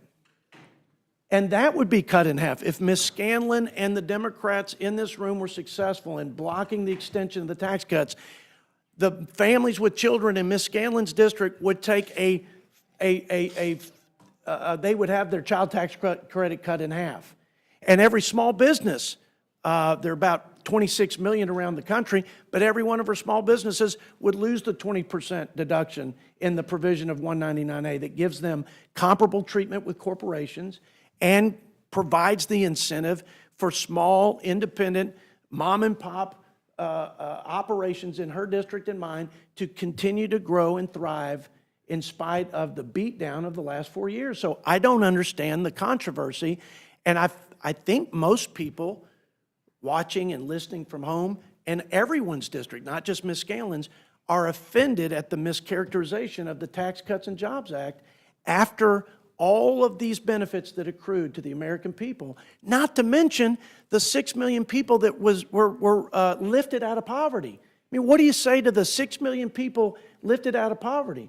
And where is the outrage from their passing the Inflation Reduction Act that included what was scored by CBO as $250 billion in tax cuts to the green energy corporations, but ended up being $800 billion in real cost? I mean, I'm just always in this parallel universe up here, but I agree there's some reasonable and credible disagreements on policy. But to just mischaracterize the Tax Cuts and Jobs Act when none of the facts that have been stated about the rich and how working families have suffered at the expense of the rich, it's all baloney. It's BS, just like the scare tactics that have been deployed for generations by my Democrat colleagues to scare us not to reform entitlements that are horribly inefficient and fraught with fraud. Would the gentleman yield so I can respond? I'll yield briefly, sure. Thank you. Well, so the Tax Cut and Jobs Act did not increase wages, did not increase business investment, did not have a meaningful impact on job creation. The average working family only got about $1,000 off their tax bill, but the top 1% earners got tens of thousands of dollars off their tax. And our expansion of the child tax credit cut child poverty in half, but that expansion hasn't continued and is not projected to continue. So I would just seek unanimous consent to enter into the record an April 30th, 2024 report, the tax cut. From and who? jobs From, I'm sorry, the Center for American Progress. Yeah, the Center for American Progress. Absolutely. Yeah, they were the given tax- 3 Pinocchios, and they actually recanted their statement about these matters. So The report is entitled, "The Tax Cut and Jobs Act Failed to Without Deliver Promised objection, Benefits." the document will be entered, but does not need to be read. Thank you. I'll reclaim my time. And since you and I both represent districts that have a lot of family-owned farms, could you talk about the impact of family-owned farms and farmers if these tax cuts expire? it would be the death knell for them. My farmers and ranchers, I suspect, are not any different than many in this room, Republican or Democrat, have suffered mostly with the spending-induced inflation on their inputs. I'm talking about fuel and fertilizer and seed cost. That has made it almost impossible to break even, let alone make a profit. So the biggest challenge they faced is the spending-induced inflation from the last 4 years. They've also found it difficult to hire anybody because in the last 4 years, the policies were to pay people essentially not to work who were capable of working. So we've had a labor shortage as a result. The pass-through 199A 20% deduction is for predominantly small and independent businesses. Family farmers, probably 99% of them are pass-throughs. That 20% deduction goes away after suffering historic drought and these input prices. You would have a nationwide problem with farmers closing their shop, and it would be disastrous. It would be epically disastrous. So we've got to give them some relief and some runway so we can get to a better spot altogether while we're reversing course on the failed policies of the last 4 years. Thank you, Mr. Chairman. And Madam Chair, mindful of my time, I just want to conclude. Some of our Democrat colleagues contend that tariffs are widely rejected by working-class Americans, so I submit for the record a Newsweek article published yesterday entitled, "Key Labor Union Backs Donald Trump's Tariffs, Something Needed to Be Done." That key labor union is the Teamsters, which represents 1.3 million working-class Americans. Without objection. I yield back. Thank you so very much, Madam Chair, for recognizing me. And I just also want to point out that with regards to the Rules Committee and the manner in which this is a place where we actually do get to debate the issues and the bills that will be going to the House floor. And Chair Arrington, I really appreciate your embrace of that debate, your willingness to engage in the back and forth, which does take time. And in this Rules Committee, I believe, although I've only sat here 2 terms, that there has been a strong practice and precedent of allowing the debate to go on, whether it's 5 minutes, 10 minutes, or Chairwoman Fox. I understand that you actually debated a bill on the Rules Committee for nearly an hour on the Affordable Care Act for 45 minutes on the budget reconciliation. So this practice of having the debate, I think, is really welcome, and thank you, Chair Arrington, for doing that and embracing that practice.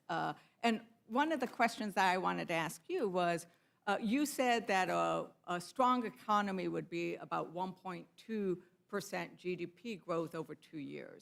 Did I remember that correctly? I think that is what you said. I said President Trump, in 2 years of his economic agenda, along with unified Republican leadership, took an economy that was 1.8, I think, percent GDP to 2.8 in 2 years, and reducing the tax burden was a big part of that, but there were other components. What I heard was that you thought over a 2-year period of 1.2, but even that was a growth. Would you think that given that, would you believe that a 3.2% GDP growth rate would be a strong economy? Well, after 8 years of President Obama and leaving the economy at 1.8, almost anything above that So a is an 3.2% improvement. would be a good, strong economy based on what you've just described. Historically, over the last 50 years, we've been at 3%. The last couple of decades, So 3.2, the question we've is whether struggled. 3.2, because Of course, indeed- 5 would be better than 3.2. Well, we haven't gotten 5 in a long time, right? And But 10 we better than did get- 5. We did get 3.2% under Biden. We got a 2.3 in 23 and 24. So we have, I think what's interesting is to say, depending on who is the president, there seems to be a shift on what are strong economies. But what we're here today to talk about. It's amazing what inflation can do to your economy. It's amazing. Yeah. It's amazing what we are talking about with regards to inflation, and because that goes to exactly the issue that I think we are concerned about as Democrats, is that we need to address the cost of living crisis for middle and working families. And right now, the tariffs do the opposite. That we have not seen anything in this committee that I think really addresses that cost of living crisis. The tariffs are going through the roof in terms of what it's going to mean for us. And these budget tax cuts, they are going to give tax cuts to the richest billionaires, and they're going to be paid for by hungry children, pregnant moms, and the elderly in nursing homes. And it is indeed a moral moment, because if we cut, as the budget resolution says, where it has all those reds, right? All the little reds sort of cut by 880 billion here, cut by 330 billion here. There are cuts to education, small businesses, clean energy, infrastructure, and the biggest benefits are going to go to tax cuts for the rich. That's why I think it's really important that Americans know what's going to happen in your district. Yeah. We're Representative, neighbors. Representative Boyle, I am very appreciative of your Democrats-budget.house.gov, because what you've done in this document is list out how many Medicaid beneficiaries are in each person's district, who's going to get the benefit of the tax cuts in the districts, what are the education cuts going to look like in the districts. And I think that making sure Americans actually see the numbers and not just the rhetoric is important. Why did you actually put this document together? Well, first, I'm just so glad to finally get a question. Chairman Arrington's been having all the fun by himself. But yes, again, it's Democrats-budget.house.gov. Our Budget Committee staff worked incredibly hard to create this tool that everyone can use, whether member, staff, or the millions and millions who are no doubt watching us on C-SPAN. You can tune in to that website and use that tool because everyone should be aware of what the real-world impacts will be if this were to become law. Well, thank you very much for doing that. And Chair Arrington, I want to go back to the issue of where the disagreements are within the Republicans right now about whether we should move this budget resolution forward. And I'm not going to go into those who called it unserious, but what I'm understanding is that there are a lot of Republicans who are opposed because they want budget cuts and even maybe more budget cuts than what the Senate has sent over. Am I understanding that correctly? That's where the potential no votes are going to come if they're not convinced otherwise. Fiscal conservatives concerned about the massive deficits and the wartime level debts would like to see enforceable spending reduction where we have literally trillions of dollars in waste, fraud, and unnecessary spending by the people's government. They trust binding targets more than these institutions of ours that have repeatedly, under both Democrat and Republican leadership, repeatedly failed our country and our children. So basically, they want bigger tax cuts. They want bigger program cuts and enforceable program cuts. Enforceable. I have not seen anybody say they are going to vote no on the Republican side because they don't see anything in here to protect Medicaid. And, you know, in the Senate, we actually had Republican senators who wanted to protect Medicaid. There were 3 Republican senators who voted on a bipartisan amendment to actually explicitly say they were going to protect Medicaid. Now, that would be wonderful if we would see 4 Republicans from the House willing to stand up and say, we will vote no unless we have an explicit protection for Medicaid, because it's not enough to say, oh, it's a scare tactic, because we have the CBO letters and reports that say the only way you get to that number is by cutting Medicaid. And what's interesting is By cutting that House Medicaid, just for Republicans- clarity, by cutting Medicaid, because you keep using, and I've heard it from other colleagues of yours, by cutting Medicaid, are you saying by cutting the spending to people who are ineligible? Are you talking about cutting the payments to illegal immigrants? Are you referring to cutting benefits for citizens of the country? I'm talking about $880 billion Right. worth of cuts Right. to Medicaid. And maybe I would point out, and Madam Chair, I'd like to enter into the record, the CMS report where they actually talk about improper payments. They're improper payments fact sheet. So this is coming from CMS. Madam Chair, I'd like unanimous consent to enter Without into this record. objection. So we- in this report, they actually do say that there are improper payments. It's about 5.09%. But this is what they state, and it's very similar to what Representative Boyle put in, is of the 2024 Medicaid improper payments, almost 80%, 79.11%, were the result of insufficient documentation. And they go out of their way to say, these payments typically involve situations where a state or provider missed an administrative step. They do not indicate fraud or race.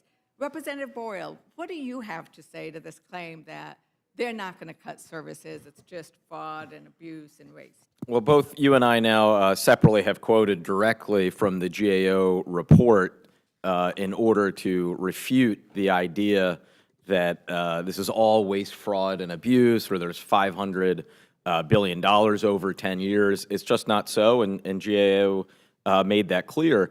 I mean, just so everyone can have the full picture, $880 billion of Medicaid cuts. About $8 trillion a year is spent by the federal government on Medicaid. So $880 billion worth of cuts would be about an 11% cut to the program. To act like and pretend like there wouldn't be benefit cuts if you're making an 11% cut, $880 billion worth at least, which is in the House version, it's just not so. There clearly would be benefit cuts. So we should be just honest with people and recognize that there will be a real world impact. I had an event on Monday morning in my district with Catholic Health Services as well as Esperanza in North Philadelphia. They were talking about the noble work that they do. And one of the women speaking, and this is part of her ministry, she was almost in tears and getting choked up about the people who will be impacted if this bill becomes law and these Medicaid cuts happen. And that's consistent with the meetings I've had in my district. It's consistent with the town halls we've had. It's consistent with meetings at nursing homes, with federally qualified health centers, the American Hospital Association. There is everybody who actually provides services and looks at these cuts, and they're the ones who are on the ground doing this work or saying it's going to potentially shut down rural health clinics, and it's going to really hurt. And I agree that we should always do better, right? If there is a 1% fraud and abuse, which is a lot less than what they're talking about, we should work on that, right? But if Medicaid were a patient and it came to the Republicans to get health care for a cold, Republicans sort of, what they would do, it's like, I'm here for a cold, I'm Medicaid, I'm here for a cold. How do I fix this? Republicans would cut off your limbs and let you bleed to death. I mean, they are That's gonna disappointing. so harm Medicaid that Sorry. it would be awful. And I need to say, Representative Boyle, in one of my meetings at one of our health clinics, a mother came. Her son is a hemophiliac. He will bleed to death from just getting a scratch when he is playing in the playground. Medicaid pays for his medication, which keeps him alive. There were tears in her eyes as she worried about his future. Democrats held a hearing about the Medicaid cuts, and there were tears in the audience's eyes as we listened across from administrators, from hospitals, from health clinics, and then from the parents of the children who rely on Medicaid to keep them alive. And so it is something that we should worry about, and it is something worth fighting about, and it is not fear-mongering. It is fear of the harm that will be done to these families. And so thank you for being willing to fight for this and for being willing to point out what will happen. Because Republicans need to listen to the fact that their own voters don't want this to happen. Republicans' pollster, Trump's pollster, has reported that a majority of Trump voters, Republican voters, are against Medicaid cuts. 2/3 of swing voters are against Medicaid cuts. And what Fabrizio Ward said is it's because 40% of the people, their families utilize it. It is a working family health insurance program. And on here, you could go see in Schreikert's district all the people that will be hurt, and Don Bacon, who's talking about against this, but I don't see him voting against it, even though so many of his people will be hurt. Next door to me in Colorado 8, that district, the number of people that will be hurt. I mean, across the board, people will be hurt, and people in rural districts will be hurt more than others, like my district, where 75% of the women giving birth use Medicaid for their health insurance. So it is something to fight for. And with that, I yield back, Madam. Oh, wait a minute. do you want some time?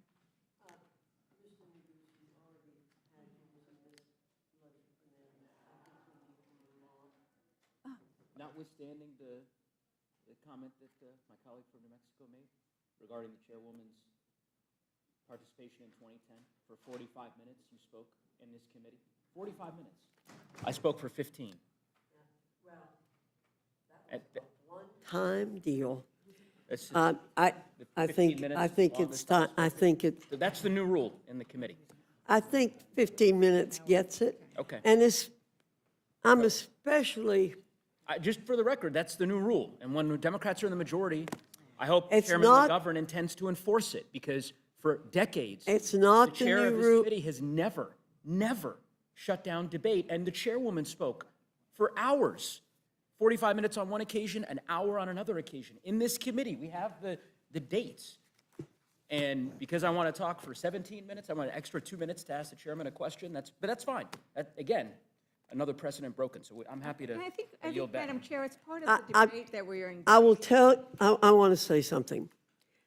I would be much more tolerant of what you are saying if you weren't distorting what this resolution does.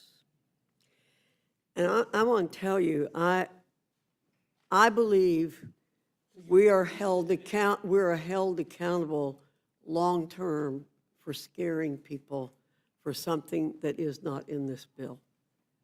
So, Madam Chair, because I think I still do have time, I still hold the floor, but I think that this is exactly the reason why we need to discuss.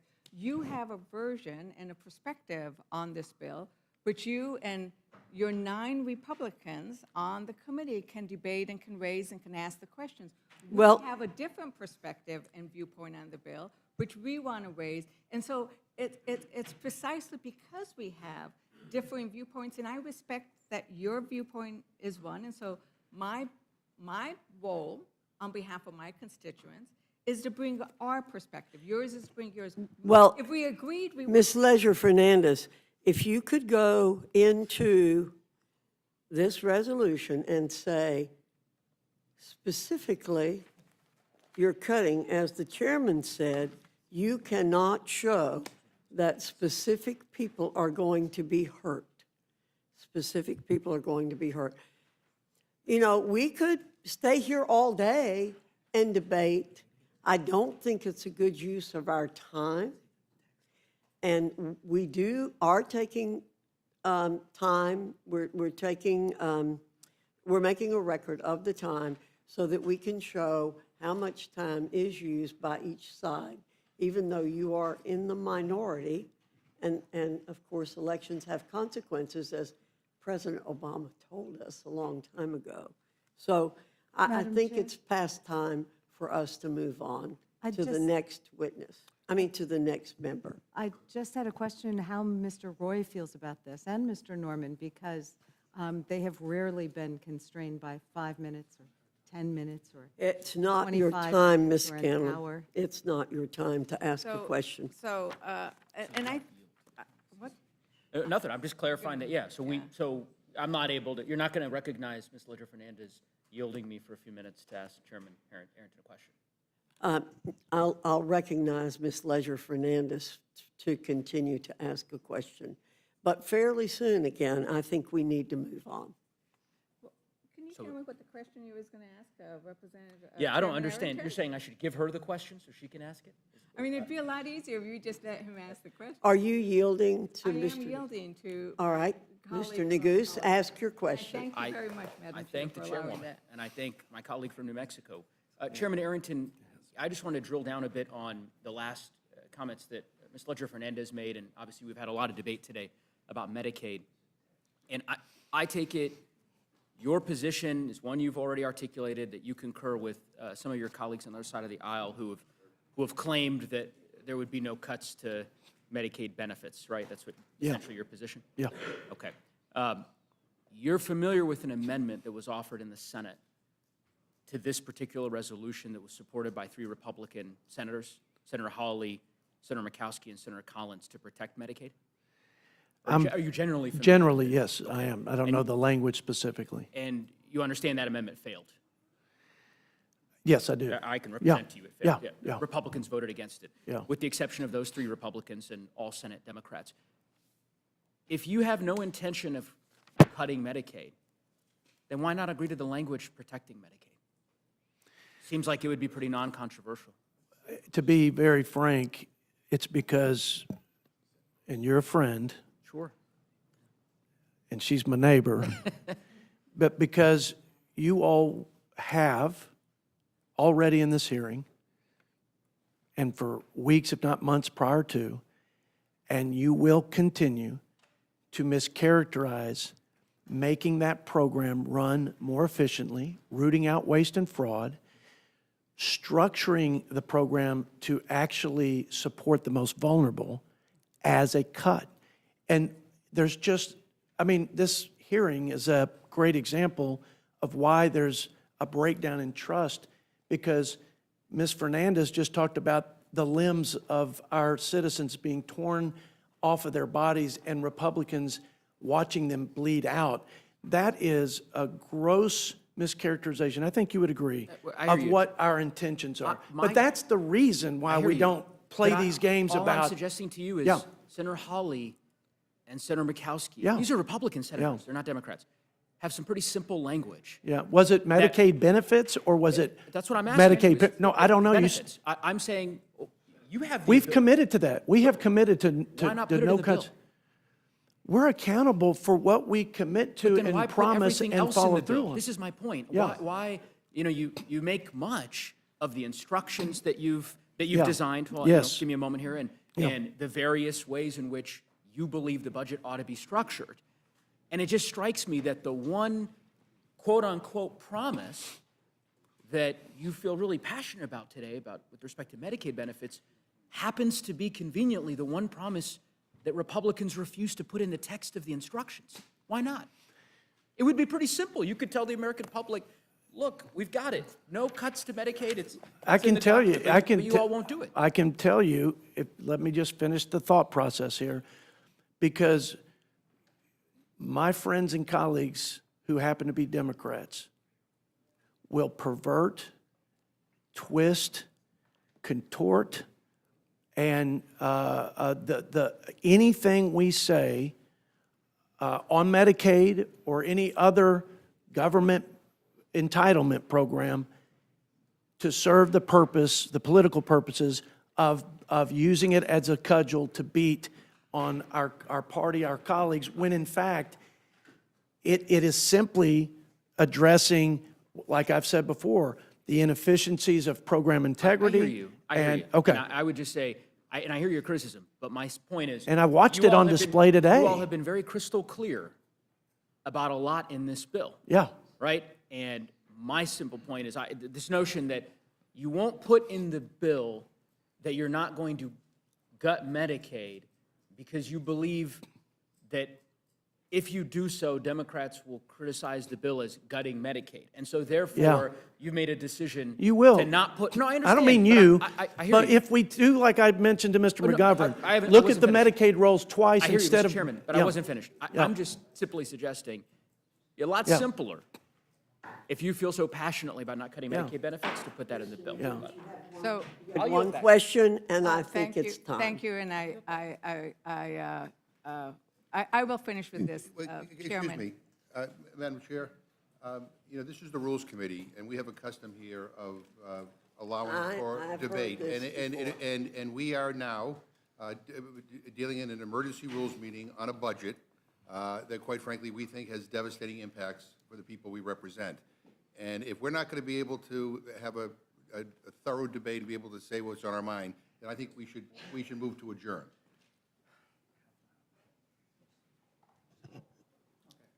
I move to adjourn. Will the clerk call the roll?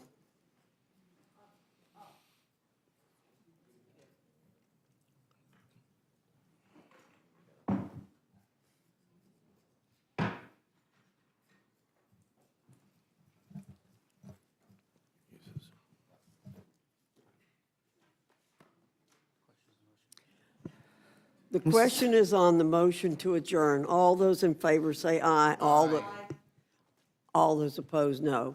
No. That's for a roll call. Mr. McGovern has asked for a roll call vote. The clerk will call the roll. Mrs. Fishbach. Mrs. Fishbach, no. Mr. Norman. Mr. Norman, no. Mr. Roy. Mr. Roy, no. Mrs. Houchin. Mr. Langworthy. Mr. Langworthy, no. Mr. Scott.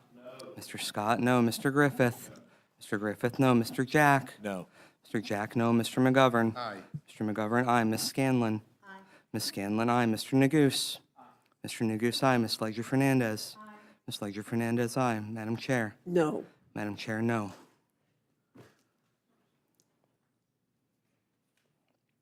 Clerk will announce the total. 4 yeas, 8 nays. The amendment is not agreed to. The motion to adjourn is not agreed to.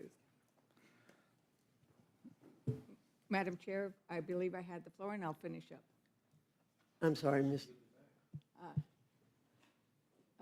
I believe I had the floor, and I will, the ranking member, you yield back to me? So I just want to say, Chairman Arrington, that I don't think you've heard anybody say today that we are against cutting fraud or abuse or making things more efficient. We are very in favor of making things efficient. We are against cutting the services that my neighbors across the border rely on, that I know you care about.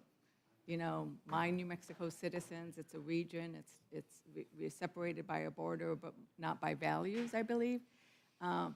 So that's why, you know, we will be asking for protections for Medicaid services. We are not against improving CMS. We are not against improving efficiency, but we do want very specific protections. We'd love to get 4 Republicans doing what the 3 Republicans did in the Senate, which is say, just that thing, we will protect Medicaid services. We'd love to get 4 Republicans saying, we want to vote on Trump's tariffs. If you're for the tariffs, you're for the tariffs. If you're not, you're not. Let people vote on it. We'd love to move these things to the floor of the House, where we could have those continued debates on the floor of the House to let people vote for them.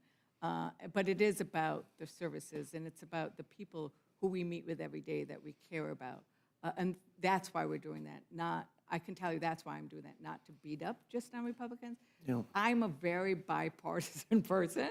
You know, rules is differently, but most of my bills are bipartisan. I have I have a lot of Republicans in my district. I'm a D3 district. It's like, Yes, you it's do. a very bipartisan district. I work in a very bipartisan manner. So I can assure you that it's to beat up on the policy, not on your party. Sure. So with that, May I respond? sure. Cutting waste and in all of its forms should be bipartisan. But when you all were running your partisan reconciliation bill called the Inflation Reduction Act, I didn't hear one single recommendation.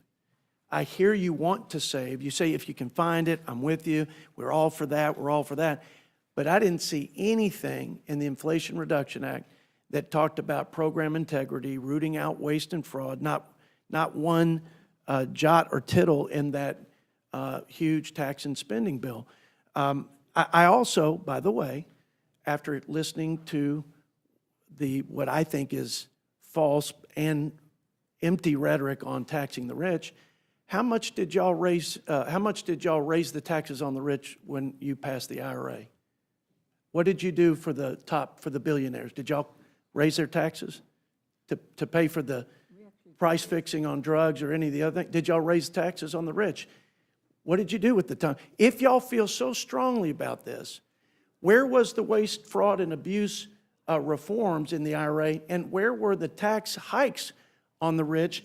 That's why I find this to not be as credible of a debate as I would like it to be. I certainly think there's sincerely held views that differ, but when I'm hearing about limbs being ripped off and people bleeding out, and I hear we all care about waste, but y'all never put any provision that deals with the waste. You expand the IRS by 80 billion agents, but anyway, I digress. I hear a lot of lip service, a consensus around waste, but I see no action. And then when we try to take action, we are met with the same old scare tactics about people's limbs being ripped off. And it's unfortunate, but I'm undeterred. I mean, and I think my colleagues are too, just completely, because we do have Medicaid beneficiaries in our district, and we want to fight to preserve for our vulnerable Americans this important program that they rely on, and to ensure that it persists into the future for future struggling and working people that need it. But we also have a lot of taxpayers in our district. You and I do. We share a border, but like you said, we don't share, we share a border, but we have similar values. My folks and your folks in eastern New Mexico want us to be stewards of of their hard-earned tax dollars. And for us to not talk about waste and not try to right-size the bloat in this people's government would be a huge missed opportunity. And we miss that opportunity regularly because we hear the bylines and the mischaracterizations about what you just said, and they're not true, and we end up just perpetuating this massively inefficient government at the expense of taxpayers who are paying the freight on all of it. That's unfortunate. Thank you, and as we know that, I think it was very appropriate for you to speak as long as you wanted on this issue. So it's oftentimes that it's not, we were speaking, we were giving our witnesses the time to explain their position. I appreciate that. I would say that we did receive over $1 billion out of the IRA in tax revenue because of the audits going against fraud and abuse of those. So that's something that we were doing. So I think we have done. And I would also point out that in the document that I entered into the record, the Medicaid improper payment rate actually went down from 8.58% in 23 to 5.09% in 24. So there is actually documentation of an effort to increase the efficiency. And once again, this is improper payment, which is not fraud and abuse, but even that, we need to make things more efficient. I would love it if we cut out some of the, regulatory overburden so it's easier for people to get paid for the patient care that they get. Because the other thing we know is Medicare is one of the cheapest, right? Providers don't get Medicaid is one of the cheapest ways of getting health care. Those who are willing to take Medicaid patients get reimbursed less than they do if you take a Medicare patient. They get reimbursed less than if you take a private insurance patient. So we know it's a very lean, and I'm very grateful to those providers who are willing to take the Medicaid patients, because there isn't a lot of fat in that program. But with that, is there anything else? With that, Madam Chair, I yield back. And thank you for the debate and the conversation. Thank you, Ms. Fernandez. The gentlewoman yields back. Mr. Langworthy. No you're questions, recognized. Madam Chair. Okay. Mr. Roy, you're recognized. I thank the chair. I want to thank both of the witnesses. I want to thank you for putting perspectives out there that I think are important to hear from both of you. I think I want to congratulate our chairman for sitting here, being here, leading, and I think a difficult position and situation. The fact is, I think this debate lays bare why the American people have lost confidence in Congress, because Congress has been failing them for decades, and in particular in recent years. Both parties are failing the American people. Here we have laid bare the problem.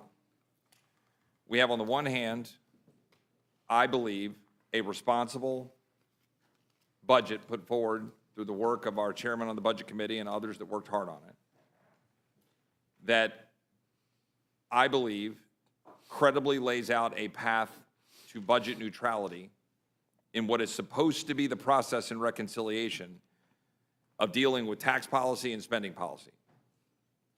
I believe it is a credible place. We debated that independently here. I don't need to go in the weeds on it, but it is broken down into spending reductions, tax policy that has revenue impact, and then assumed economic growth that makes up the balance.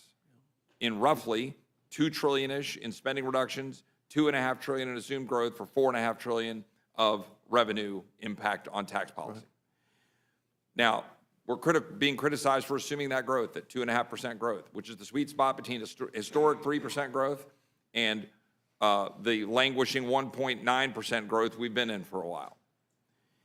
And I believe that was a responsible path forward. But my colleagues on the other side of the aisle want to politicize, very specifically, politicize the fact that Medicaid is a part of that conversation and should be and must be. Because Medicaid is delivering subpar outcomes. Medicaid is not delivering health care that the American people deserve. Medicaid is costing infinitely more money. It has skyrocketed from $409 billion in 2019 to $618 billion in 2024, an increase in 51% in just 5 years. A third of the growth in Medicaid's 60-year history was in the last 5 years. It is going to be well over $1 trillion by 2035. This has been recognized as a problem from both parties. And it's spinning out of control for a number of reasons, the majority of which stem from Obamacare's expansion population and the amount that we are now subsidizing the able-bodied, which is empirically true, that we have Medicaid expanded and going heavily to the able-bodied at the expense of the most vulnerable. Right. We have rates at a 90% FMAP rate as compared with the vulnerable population of 50 to 70%, which is out of whack. And everybody actually knows this to be true. And yet my colleagues on the other side of the aisle want to specifically and purposely politicize this. They want to make this all about taking away Medicaid benefits. What we're trying to do is figure out how to make the budget of the United States get anywhere in the zip code of balance, which we haven't done for almost 30 years, 25 years. We have essentially money laundering schemes going on, where states concocted these schemes using provider taxes and funneling the money, getting the federal dollars, using that money to then prop up and subsidize people who are here illegally, put it into their budget, and then they brag about it. California literally bragged about how they're scraping federal dollars on the back of this scheme. Joe Biden agreed that that was true. He was literally quoted as saying, "It's a scam," Biden said. "The states are gaming the system." That's former President Biden. So why can't my colleagues on the other side of the aisle just say, you know what, that's a problem. Let's come together and fix that problem. We can stop the process. We can fix it. I can go through a whole bunch of stuff on Medicaid, but my point is just there are legitimate solutions to Medicaid that would deal with improper payments of about $1 trillion worth of Medicaid improper payments.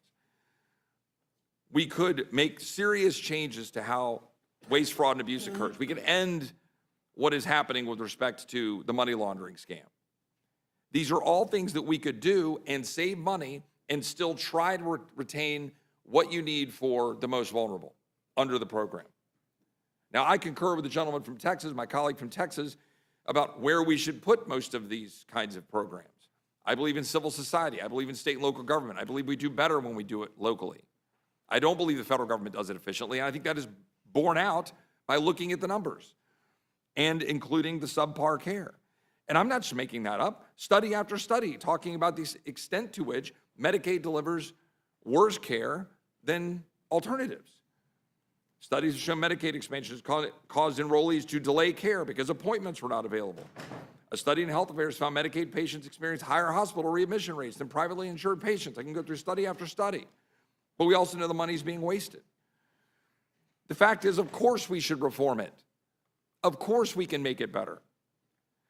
Now, that's on my colleagues on the other side of the aisle. But I have to say something to my colleagues on this side of the aisle. You cannot have a one-way ratchet on tax cuts and ignore the spending side of the ledger. And my colleagues in the Senate, for sure, and some in the House on this side of the aisle want precisely that. The Senate budget does that. The Senate budget is all tax cuts and no spending cuts.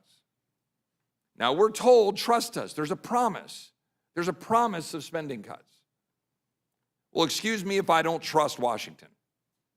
Excuse me if I don't take somebody at their word that, oh, trust me, we're going to cut something. Just vote for this next thing and we'll cut it. Trust me. I've never seen that happen. And by the way, the math still doesn't math. Because all I'm hearing from my Senate Republican colleagues is, well, maybe we can get $1 trillion in savings. That's what I keep hearing. Well, all right, if it's maybe $1 trillion in savings, and if the Senate plan through the use of the policy baseline and additional tax cuts on top of the top policy baseline is somewhere in the $5.5 trillion range total, 5.x trillion of total spending, tax cuts. Will somebody do the math for me? Because if you have $1 trillion of spending reductions, which is what they're saying they hope to achieve, oh, trust us, even though we don't put anything in the bill requiring achieving the spending restraint. That, by my math, leaves a gap of $4.5 trillion, even if I take them at their word that they'll get $1 trillion.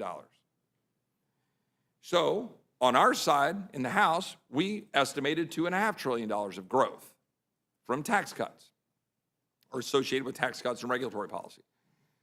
Well, that to me leaves another $2 trillion delta by my back of the envelope math. That's a problem.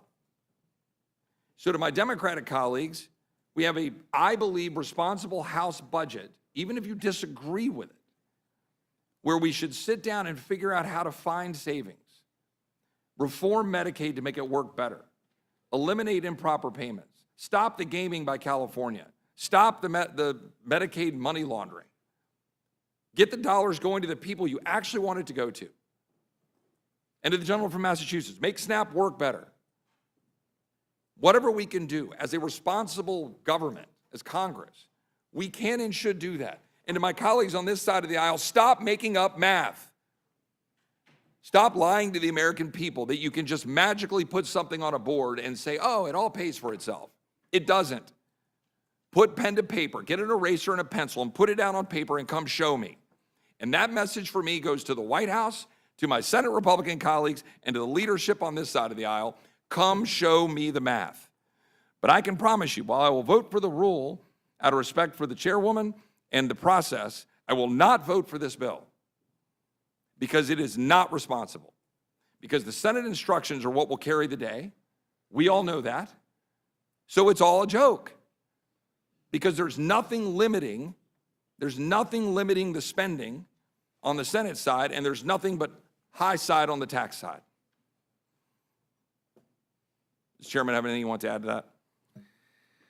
I'm sitting here thinking about how I could add to it, but I can't. I can just say I appreciate you laying that out in an intellectually honest way, because we are at an inflection point, and this is going to be the last best opportunity. And it's at a point that if we don't do what was done in the House bill, as you laid out in this balanced budget resolution format, I think we're going to consign our children to a very different future than what we've experienced in this great nation of ours. So I appreciate that sobering framing of this moment at this stage in this process and what's at stake. And I appreciate it very much. I'll thank the chairman. Now you're back. Thank you, Mr. Roy. Mr. Norman, you're recognized. You know, I think this is a perfect example of, we're in two different universes with our good friends on the left. They just believe government is the answer to everything, and they believe that free is better. And, you know, when I hear their comments about caring for children, SNAP benefits, I think you're sincere about that. But when I see the, 600,000 children that came across the border unaccompanied, where was the care for where they're getting their meal? Where was the 15 million that were led in this country to take advantage of every government agency given driver's licenses, not contributing to the Social Security fund. Where was that empathy to stop? Where was the empathy with those astronauts when in space, when Elon Musk offered to get them back, which he did under Donald Trump? They stayed there almost 9 months when their bodies only could take 2 weeks. Where was that empathy? During the 4 years of the Biden administration, where was what cuts did they implement? Anywhere. If they won't cut a person who has the bandwidth to find the waste, fraud, and abuse, if they want to cut a man like that to save lives, I don't know, we're just in a different place. And, you know, to say what my good friend said about losing arms and limbs, that's unfair. That's not fair to the taxpayers. That's not fair for the voters. But the voters get it. The good news is the 77 million people get it. And I do think that, you know, so they're not listening to it, but it cheapens the process, really. Mr. Arrington, the deficit in this country as of April 3rd is $36.22 trillion. If you do the math that Mr. Roy is talking about, it's $274,000 per household. If you care about the children, well, it's $499,000 per child on just the debt. Yes, sir. The interest exceeds our military budget of $890 billion. Yes, sir. And if we don't tackle it now, face it now, I don't know when we're going to face it. And like Mr. Roy said, what the Senate came back with, you know, $4 billion as opposed to the $2 trillion that our committee came up with, that's 0.2%. 0.2%. And to trust us, well, you trust but you verify. Put it on paper. Let's see the math on it. And they're just not willing to do that. Does this make any sense from you don't have to, Okay. from any business standpoint? If you take a government that has run up this kind of price tag, do you take them at their word they're going to do what they're saying? You couldn't, as a private enterprise, sustain the imbalance that we have in our budget, but you certainly, as a private enterprise, wouldn't propose enforceable savings in your organization at a level that is less than the debt you're taking on in just 2 hours of borrowing. That you couldn't do. Your board wouldn't let you. It'd be malfeasance. I don't know if it's criminal, but it'd be foolish. Pretty close to criminal, because they send us up here to do a job, and it's not, every country that's failed has failed internally, and we're well on the way to failing internally. You can't fund the programs that my good friends on the left say, and if you got a bankrupt government, they're willing to drive it off the cliff, and we're willing to drive it off the cliff. If we can't lock it down to an agreement on $2 trillion, think about that. That's a teardrop in the ocean, to be honest with you. Yes, sir. And we passed it with all Republican votes. No Democrats would agree to that. So, I'm going to vote for this to get it out of the Rules Committee. I will not support this on the floor. It doesn't make financial sense. Show me the math. Show me, not intention. Show me what you're going to do. Now, walk me through the instructions at the Senate. Whatever we could have done a resolution with our intentions to get it back over there. But from a timing standpoint, what's your opinion? Do you have a timing? What's the rush on getting something back to the Senate now, when they've waited over a month or longer to get us anything? I think it's always a combination when you're dealing with something this significant. I think everybody's referred to this piece of legislation as the most consequential bill that of our lifetime. I agree with that. If that's the case, I think you have to move with purpose and with a sense of urgency, because time kills deals. I think that's a true statement in the private sector. I think it's true also of this process. But it's too important also to get it wrong. It's too important for unintended or intended consequences to set us back to a place where we never get out of the hole that we're in as a nation. The just trust us mentality obviously hasn't worked for either party because we are in world war levels of debt in relative peace and prosperity. We wouldn't have 36 trillion of debt. We wouldn't have 2 trillion deficits. We wouldn't be paying 50 cents on every dollar in interest on that debt, more than we pay out now in Medicare benefits, if we could trust these institutions to fulfill their commitments. That's why I prefer the House's resolution, because it's binding. And if you don't bind the politicians in Washington, you, I think, are naive to expect that you're going to get anywhere close to the verbal commitments, which is why I'm imploring in this process to use the House bill as the North Star, as the guidepost to a responsible outcome. Not just for us, but for my 3 children and the children and grandchildren represented here. And I think that's a reasonable request. Well, I appreciate your hard work on this. I think, we're far away. We've come a long way, the House particularly, with passing what you did on the 10-year balanced budget. Well, we did. Here. So with that, and Madam Chairman, out of respect for you, I thought long and hard about voting against us in here. But that's really not my right to deny this bill to go to the floor and vote on it. So, but anyway, thank you for what you're doing, and I yield back. I thank the gentleman. Thank you, Mr. Norman, and I appreciate your doing that. Ms. Fishbach, you're recognized. Thank you very much. And I don't have any questions. I just want to just sum up a few things. I think Mr. Griffith said it. Let's judge the final product. Let's judge the final product. Let the committees do their work. Let the process happen. And we are almost, as Mr. Norman mentioned, we are almost $37 trillion in debt, and we have to deal with it. I think we all can agree that has to be dealt with.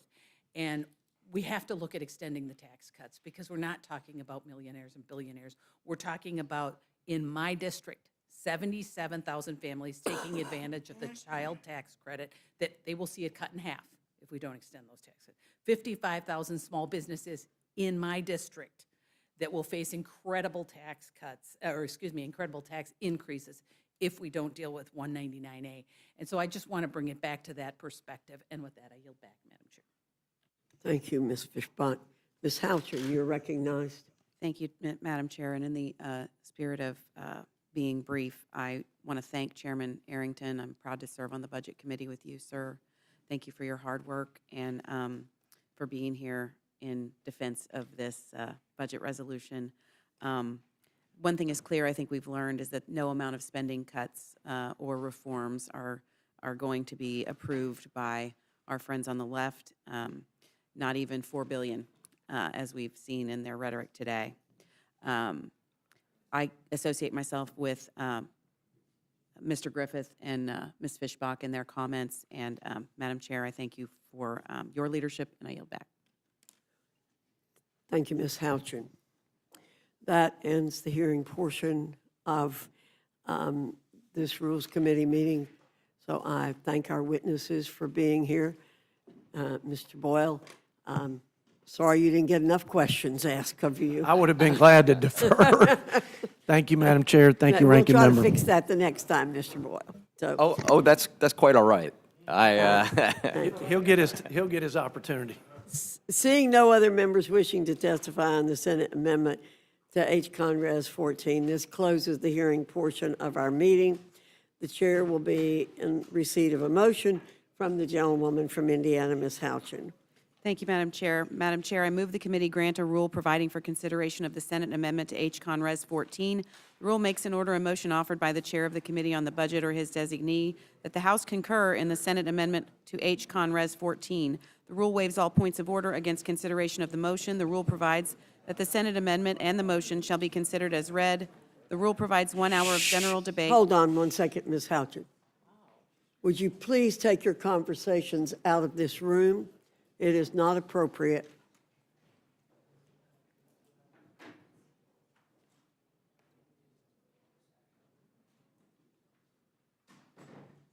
Ms. Houchin, will you please proceed? The rule provides that the Senate amendment and the motion shall be considered as read. The rule provides 1 hour of general debate on the motion equally divided and controlled by the chair and ranking minority member of the Committee on the Budget or their respective designees. Finally, the rule provides that each day during the period from April 9th, 2025 through September 30th, 2025 shall not constitute a calendar day for purposes of Section 202 of the National Emergencies Act, 50 U.S.C. 1622, with respect to a joint resolution terminating a national emergency declared by the President on April 2nd, 2025.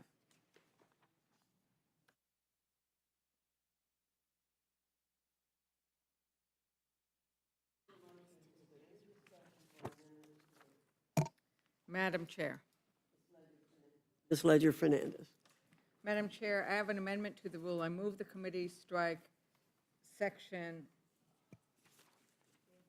2 of the rule, which prevents the House from voting on legislation to repeal President Trump's reckless recent tariffs issued on April 2nd, 2025. Madam Chair, as we've had in the debate today, Trump ran on the idea that he would reduce costs for Americans.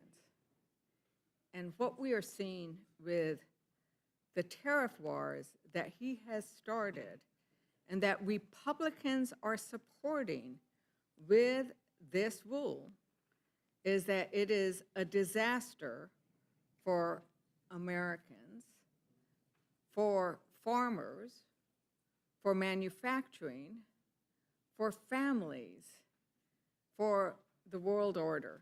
There is a threat of a recession, and this is all impacting everyday Americans in a way that is disastrous. Republicans, through this rule, are refusing to follow the Constitution, which says that Congress shall have the power to regulate commerce with foreign nations. And we only need 4 Republicans, only 4 Republicans, to vote with Democrats to review the tariffs and stop this madness. But Republicans think that they can stop time, can stop debate, and in that way avoid actually voting on the tariffs, actually debating on the tariffs, which is our job. The same way that we have debated now, we need a debate on the floor. Do you support tariffs that are throwing our economy into a recession? Do you support tariffs that are hurting our families? And if you believe it is good for farmers and ranchers, then say it. Then get up on the floor and debate that. But don't prevent us from having that debate. We only need 4 Republicans to vote with Democrats to stop this madness. And so I move to strike that portion. And I need to remind everybody that when you vote against this motion, you are voting in favor of the tariffs. You were voting to say that Republican leadership and as a whole supports these tariffs, despite the fact that your constituents are suffering from the harm from these tariffs. With that, Madam Chair, I yield back. Is there further discussion? Madam Chair? Mr. McGovern, you're recognized. Yeah, I just want to support the gentlelady's amendment. Look, President Trump has started a needless trade war that will result in Americans paying higher prices for things that they need to survive, like food. And every American with a retirement account is worried because they're watching their savings evaporate before their eyes due to the turmoil in the markets that were unleashed by this unnecessary trade war. Farmers are wondering if they're going to be able to continue to farm their land. And a little pain, as the President warned, may be okay for Trump and Musk and their billionaire buddies, but it will hurt the rest of America who don't vacation at Mar-a-Lago. Republicans are doing everything they can, rigging the rules and rewriting time itself to avoid a vote on these tariffs. You know how deeply unpopular they are. So here's a chance for Republicans on this committee to stand up for the regular people in your districts who cannot afford to pay higher grocery bills. And I hope the gentlelady's amendment will be made in order. Ms. Scanlon, you're recognized. Thank you. I also want to speak in support of this amendment. I mean, to be clear, the Constitution gives Congress, not the President, the authority to impose tariffs. And in certain circumstances, Congress has allowed the President to do that, but Congress retains the power to end those tariffs. So right now, the Speaker and House Republicans want to have a rule to prevent the House from rescinding Trump's tariffs. The Senate has already voted to rescind some of the tariffs, but House Republicans are blocking Congress from doing a constitutional duty, which is to rescind tariffs. So, Ms. Ledger-Fernandez, am I clear that a vote against your amendment is a vote to keep Trump's tariffs? That is exactly what that vote would be. It would be a vote for the tariffs, and in essence, this committee is voting on behalf of all of their Republicans so that we can never discuss and debate the tariffs on the floor of the House. It's almost as though our Republican colleagues are trying to hide from a debate about the wisdom and the impact of Trump's tariffs. If they want to debate the tariffs, we've heard some of our colleagues say they think it's a good thing, well, we should then be able to debate that on the floor of the House and decide. Instead, what they are doing is they are actually stopping time. Let's read this. Provides that each day during the period from April 9th, 2025, shall not constitute a calendar day? Right? They're saying that there are no days. You have stopped time. Republicans cannot stop time. The damages from the tariffs are happening every day. The damages from the tariffs are happening every hour. Look at the stock market gyrations. Look at what's happened to the bond markets. Look at what's happening. Do not believe you can stop time, because the real world, the clock is proceeding. It's not stop time. Well, I want to thank my colleague for bringing this amendment. I think it is important. I'd urge a yes vote from everyone so that Congress can exercise its constitutional authority and not hide from the impact of what's going on. And with that, I would yield back. Thank you. Well, as you know, we keep good records here in the Rules Committee, as you've pointed out today. And while it's well within the minority's right to cry foul on this rule tolling the days on the latest national emergency announced by President Trump, they should really tread carefully on their arguments. I'd like to repeat some of my statements from the floor yesterday and a reminder about those who live in glass houses. This is a tool utilized by both Democrat and Republican majorities now. Once again, during the consideration of the 117th Rules Package, HRES 8, which was supported by every member of the minority in this committee, also, quote, stopped time, end quote, for both legislative and calendar days regarding a myriad of processes, as I detailed yesterday. These manipulations were put in place with no plan to sunset and maintained for 18 months in subsequent rules with continued support by our counterparts in this committee. You heard that right. Under your own rules, one day lasted 18 months in your view. Talk about time travel. Additionally, the then Democrat majority twice blocked debating and voting on resolutions terminating the COVID national emergency as filed by Mr. Gosar. The language here today is not indefinite and has a clear end date, sunsetting after the end of September, unlike the blanket prohibitions on COVID NEA resolutions. Madam Chair. Mr. McGovern? We just believe these tariffs are hurting our constituents. Increasing costs for groceries and everything else are not what our constituents want or what they can deal with. So that's why we're supporting this amendment. I yield back. And Mr. McGovern, we not only believed at the time that the COVID restrictions were hurting the American people, they've been proven to have done that. So we generally work with proof as opposed to speculation. So hearing none, the questions on the amendment. All those in favor signify by saying aye. Aye. Those opposed say no. No. No.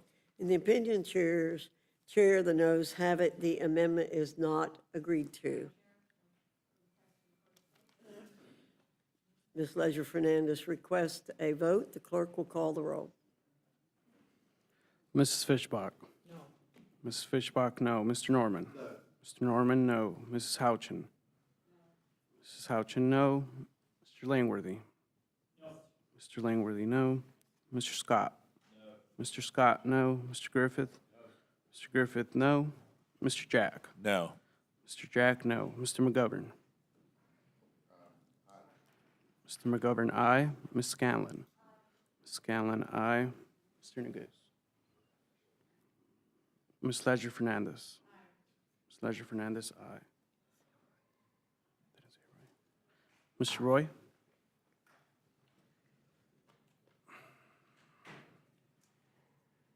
Madam Chair? No. Madam Chair, no. The clerk will report the total. 3 yeas, 8 nays.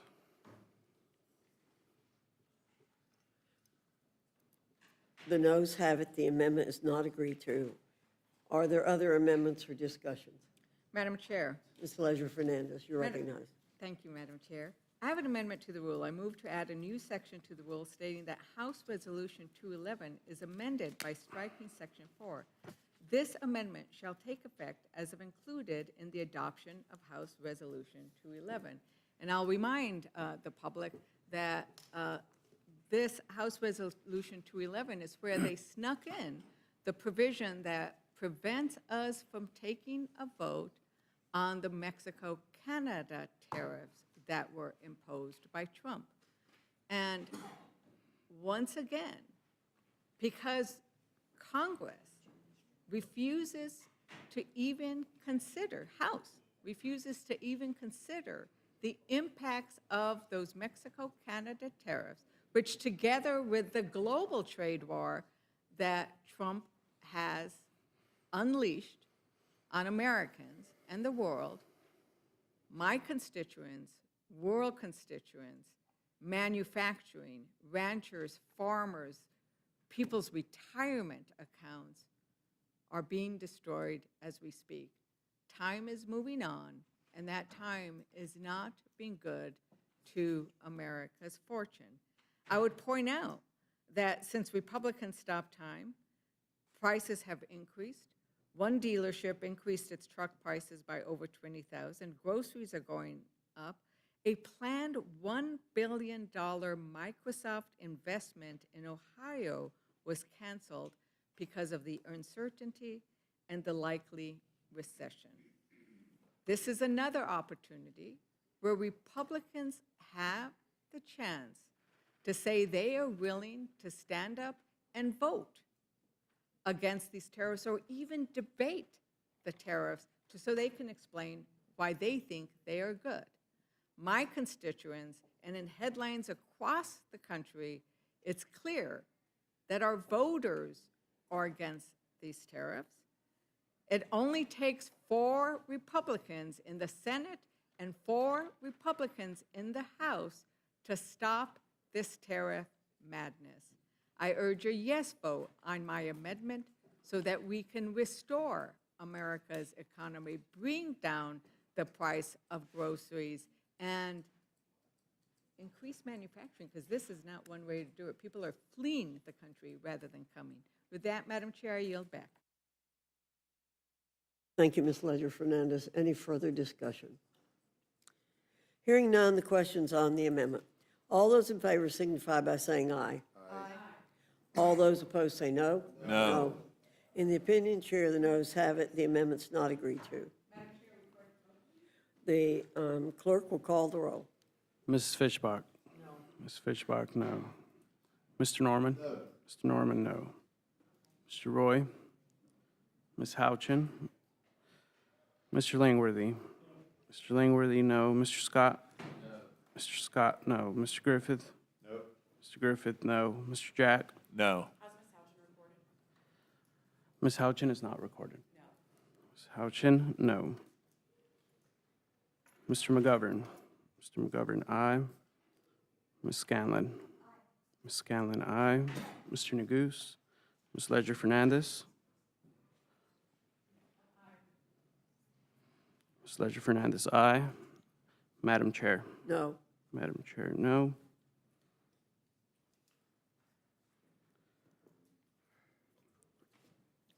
Clerk will report the total. 3 yeas, 8 nays. The noes have it. The amendment is not agreed to. Is there any other amendment or discussion? Yes, Madam Chair, I have an amendment. Ms. Scanlon, you're recognized.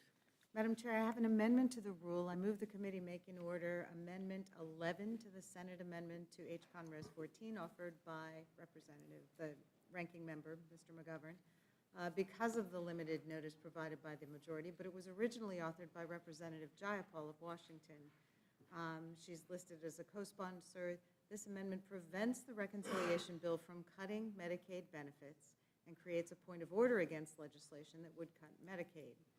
As Representative Griffith noted earlier, he represents the second highest number of people on Medicaid in his district. Nearly all of us represent over 100,000 people on Medicaid, and what we're hearing is that our Republican colleagues are behind wanting to cut it. So maybe everyone in your districts isn't helped by Medicaid, but I promise everyone knows someone who is, and I don't know why this is supposed to be such a great idea. If you don't cut Medicaid, Medicare, or CHIP, there's only $381 billion left to cut in Energy and Commerce's jurisdiction. So even if you cut literally every single other dollar, you're still $500 billion short. So if you want to prove to your constituents that you're not going to cut Medicaid, a yes vote on this amendment would do so. I yield back. Is there further discussion on the amendment? Madam Chair, Ms. Ledger Fernandez. I'm going to speak in favor of the amendment, which is similar to amendment number 23, offered by myself, which would protect Medicaid services from funding cuts. As we've discussed earlier, it only takes 4 Republicans in the House in order to specifically protect Medicaid services. We saw courage from 3 Senate Republicans who offered an amendment to specifically protect Medicaid services from cuts. I'd love to see 4 House Republicans do the same, and I am in support of Ms. Scanlon's amendment. The gentlewoman yields back. Any further discussion? Hearing none, the questions on the amendment. All those in favor signify by saying aye. Aye. Those opposed, no. No. In the opinion of the chair, the noes have it. The amendment is not agreed to. I ask for a Ms. recorded vote. Scanlon requests a recorded vote. The clerk will call the roll. Mrs. Fishbach? No. Ms. Fishbach, no. Mr. Norman? No. Mr. Norman, no. Mr. Roy? No. Mr. Roy, no. Ms. Houchin? No. Mrs. Houchin, no. Mr. Langworthy? No. Mr. Langworthy, no. Mr. Scott? No. Mr. Scott, no. Mr. Griffith? No. Mr. Griffith, no. Mr. Jack? No. Mr. Jack, no. Mr. McGovern? Aye. Mr. McGovern, aye. Ms. Scanlon? Aye. Scanlon, aye. Mr. Neguse? Ms. Ledger Fernandez? Aye. Ms. Ledger Fernandez, aye. Madam Chair? No. Madam Chair, no. Clerk will report the total. 3 yeas, 9 nays. The amendment is, and the noes have it, the amendment is not agreed to.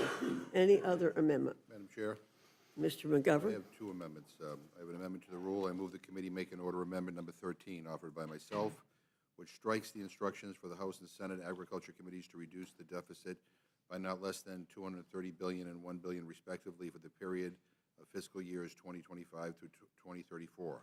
My amendment is simple. It protects the modest food benefits that 42 million people in this country rely on. The Supplemental Nutrition Assistance Program, SNAP, is our most effective tool to reduce food insecurity for families in every one of our districts. Donald Trump has spent his first 3 months in office wreaking havoc on our economy. And despite his promises and the promises of Republicans in Congress, they haven't done one thing to lower costs for regular people. And the president's new trade war is about to send food prices through the roof. And what's the response from Congress? Cut SNAP benefits, which help regular people afford food, all to pay for tax cuts for billionaires. Give me a break. Republicans voted in lockstep against a similar amendment I offered when we had our Rules Committee markup on the House budget a few weeks ago, but you can redeem yourselves here. You can vote yes on this amendment to help working people, kids, veterans, seniors, and people with disabilities afford food. Or you can vote a no to fund more billionaire tax breaks while taking food out of the mouths of hungry people. I yield back. Yields back. Any further discussion? Hearing none, the question's on the amendment. All those in favor signify by saying aye. Aye. Aye. Those opposed say no. No. In the opinion of the chair, the noes have it. The amendment's not agreed to. I ask for a roll call. The governor asks for a roll call. The clerk will call the roll.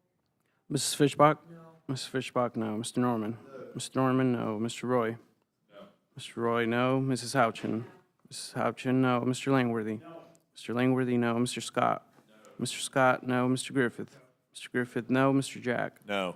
Mr. Jack, no. Mr. McGovern? Aye. Mr. McGovern, aye. Ms. Scanlon? Ms. Scanlon, aye. Mr. Neguse? Ms. Leisure Fernandez? Ms. Leisure Fernandez, aye. Madam Chair? No. Madam Chair, no. Clerk will report the total. 3 yeas, 9 nays. The noes have it. The amendment's not agreed to. You said you have a second. I have a final amendment to the rule. I move the committee make an order amendment number 12 offered by myself to prevent tax cuts for people with a net worth of over $1 billion. During our last markup on the budget in this committee, I offered a series of amendments to prevent more tax breaks for millionaires and billionaires, which were all rejected by my Republican colleagues. Billionaires, quite frankly, don't need another tax handout. They are living large, flying from vacation property to vacation property on their private jets, while working people are trying to figure out how they're going to pay their rent and afford food. So here's an opportunity for Republicans to show the American people whose side you are on. Are you with Elon Musk and other billionaires, or do you care about working people having access to food and health care and school meals? A yes vote on this amendment will prevent tax cuts for the richest people on earth. A no vote means that you want to reward the rich and powerful with more tax handouts while cutting programs working people rely on to survive. I yield back. Is there any further discussion on the amendment? Hearing none, the question is on the amendment. All those in favor signify by saying aye. Aye. Those opposed say no. No. In the opinion of the chair, the noes have it. The amendment's not agreed For a to. roll call, Madam Chair. Mr. McGovern asks for a roll call. The clerk will call the roll. Mrs. Fishbach? No. Mrs. Fishbach, no. Mr. Norman? No. Mr. Norman, no. Mr. Roy? No. Mr. Roy, no. Mrs. Houchin? No. Mrs. Houchin, no. Mr. Langworthy? Mr. Langworthy? Mr. Langworthy, no. Mr. Scott? No. Mr. Scott, no. Mr. Griffith? Mr. Griffith, no. Mr. Jack? No. Mr. Jack, no. Mr. McGovern? Aye. Mr. McGovern, aye. Ms. Scanlon? Aye. Ms. Scanlon, aye. Mr. Neguse? Ms. Leisure Fernandez? Aye. Ms. Leisure Fernandez, aye. Madam Chair? No. Madam Chair, no. Clerk will report the total. 3 yeas, 9 nays. Then the noes have it. The amendment is not agreed to. Are there any other amendments or discussions? Madam Chair. Ms. Leisure Fernandez. Thank you, Madam Chair. I would point out that the Democrats submitted numerous amendments which would have protected programs that many on this committee and in our districts think are very important and need to be stated. I am going to have a motion to make in order a few of those, which is amendment number 24, 25, and 6 to the Congressional Resolution 14. Number 24 would, following on what the ranking member did, was say, let's make sure that the reconciliation bill does not have any sort of self-dealing, some self-benefit. So it would say that the tax cuts cannot go to those making more than $750,000 who are presently working for President Trump. We should not be passing tax cuts that benefit the people who are pursuing those tax cuts. we also, my amendment would also make sure that we protect programs that would benefit Native Americans funding cuts, and that we do not increase the deficit with the proposed budget. So those are what my amendments would do, and with that, I yield back, Madam Chair. Any further discussion on the amendment by Ms. Leisure Fernandez? Hearing none, the question's on the amendment. All those in favor signify by saying aye. Aye. Those opposed say no. No. In the opinion chair, the noes have it. The amendment is not agreed to. Madam Chair. Ms. Leisure Fernandez? So, Madam Chair, I have an amendment to the rule. I move the committee make an order amendment number 3 to the Senate Amendment H-Con Resolution 14 offered by Representative Ballant and myself, which creates a new point of order in the House of Representatives against legislation that cuts Social Security benefits, increases the early or full retirement age, or privatizes Social Security. Our constituents are as worried as they are about Medicaid and the tariffs. They're also terrified that we will be cutting Social Security. We have heard Republicans say that they're not going to touch it. This amendment would actually put in writing that we will not touch it. With that, Madam Chair, I yield back. Is there any further discussion on the amendment? Hearing none, the question is on the amendment. All those in favor signify by saying aye. Aye. Those opposed say no. No. In the opinion chair, the noes have it. The amendment is not agreed to. Ms. Leisure Fernandez has requested a recorded vote. The clerk will call the roll. Mrs. Fishbach? No. Mrs. Fishbach, no. Mr. Norman? Mr. Norman, no. Mr. Roy? No. Mr. Roy, no. Mrs. Houchin? Mrs. Houchin, no. Mr. Langworthy? Mr. Langworthy, no. Mr. Scott? Mr. Scott, no. Mr. Griffith? Mr. Griffith, no. Mr. Jack? No. Mr. Jack, no. Mr. McGovern? Mr. McGovern, aye. Ms. Scanlon? Ms. Scanlon, aye. Mr. Neguse? Ms. Leisure Fernandez? Ms. Leisure Fernandez, aye. Madam Chair? No. Madam Chair, no. The clerk will report the total. 3 yeas, 9 nays. The noes have it. The amendment is not agreed to. Any further discussion or amendments? Hearing no further discussion, the question's on the motion from the gentlewoman from Indiana. All those in favor signify by saying aye. Aye. Those opposed say no. No. In the opinion of the chair, the ayes have it. The motion is agreed to. Mr. McGovern asked for a roll call. The clerk will call the roll. Yes.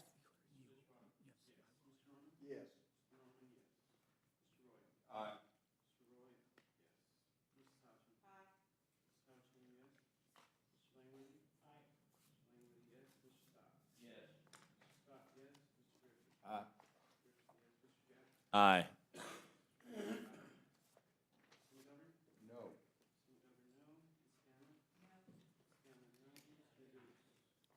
Ms. Leisure Fernandez? Ms. Leisure Fernandez, no. Madam Chair? Yeah, aye. Madam Chair, aye. The clerk will report the totals. 9 yeas, 3 nays. The ayes have it. The amendment is agreed to. The motion to report is agreed to. Accordingly, I will be managing the rule for the majority. And I'll join you on the floor. Great, Mr. McGovern. Look forward to it. Oh. Without objection, the committee is adjourned.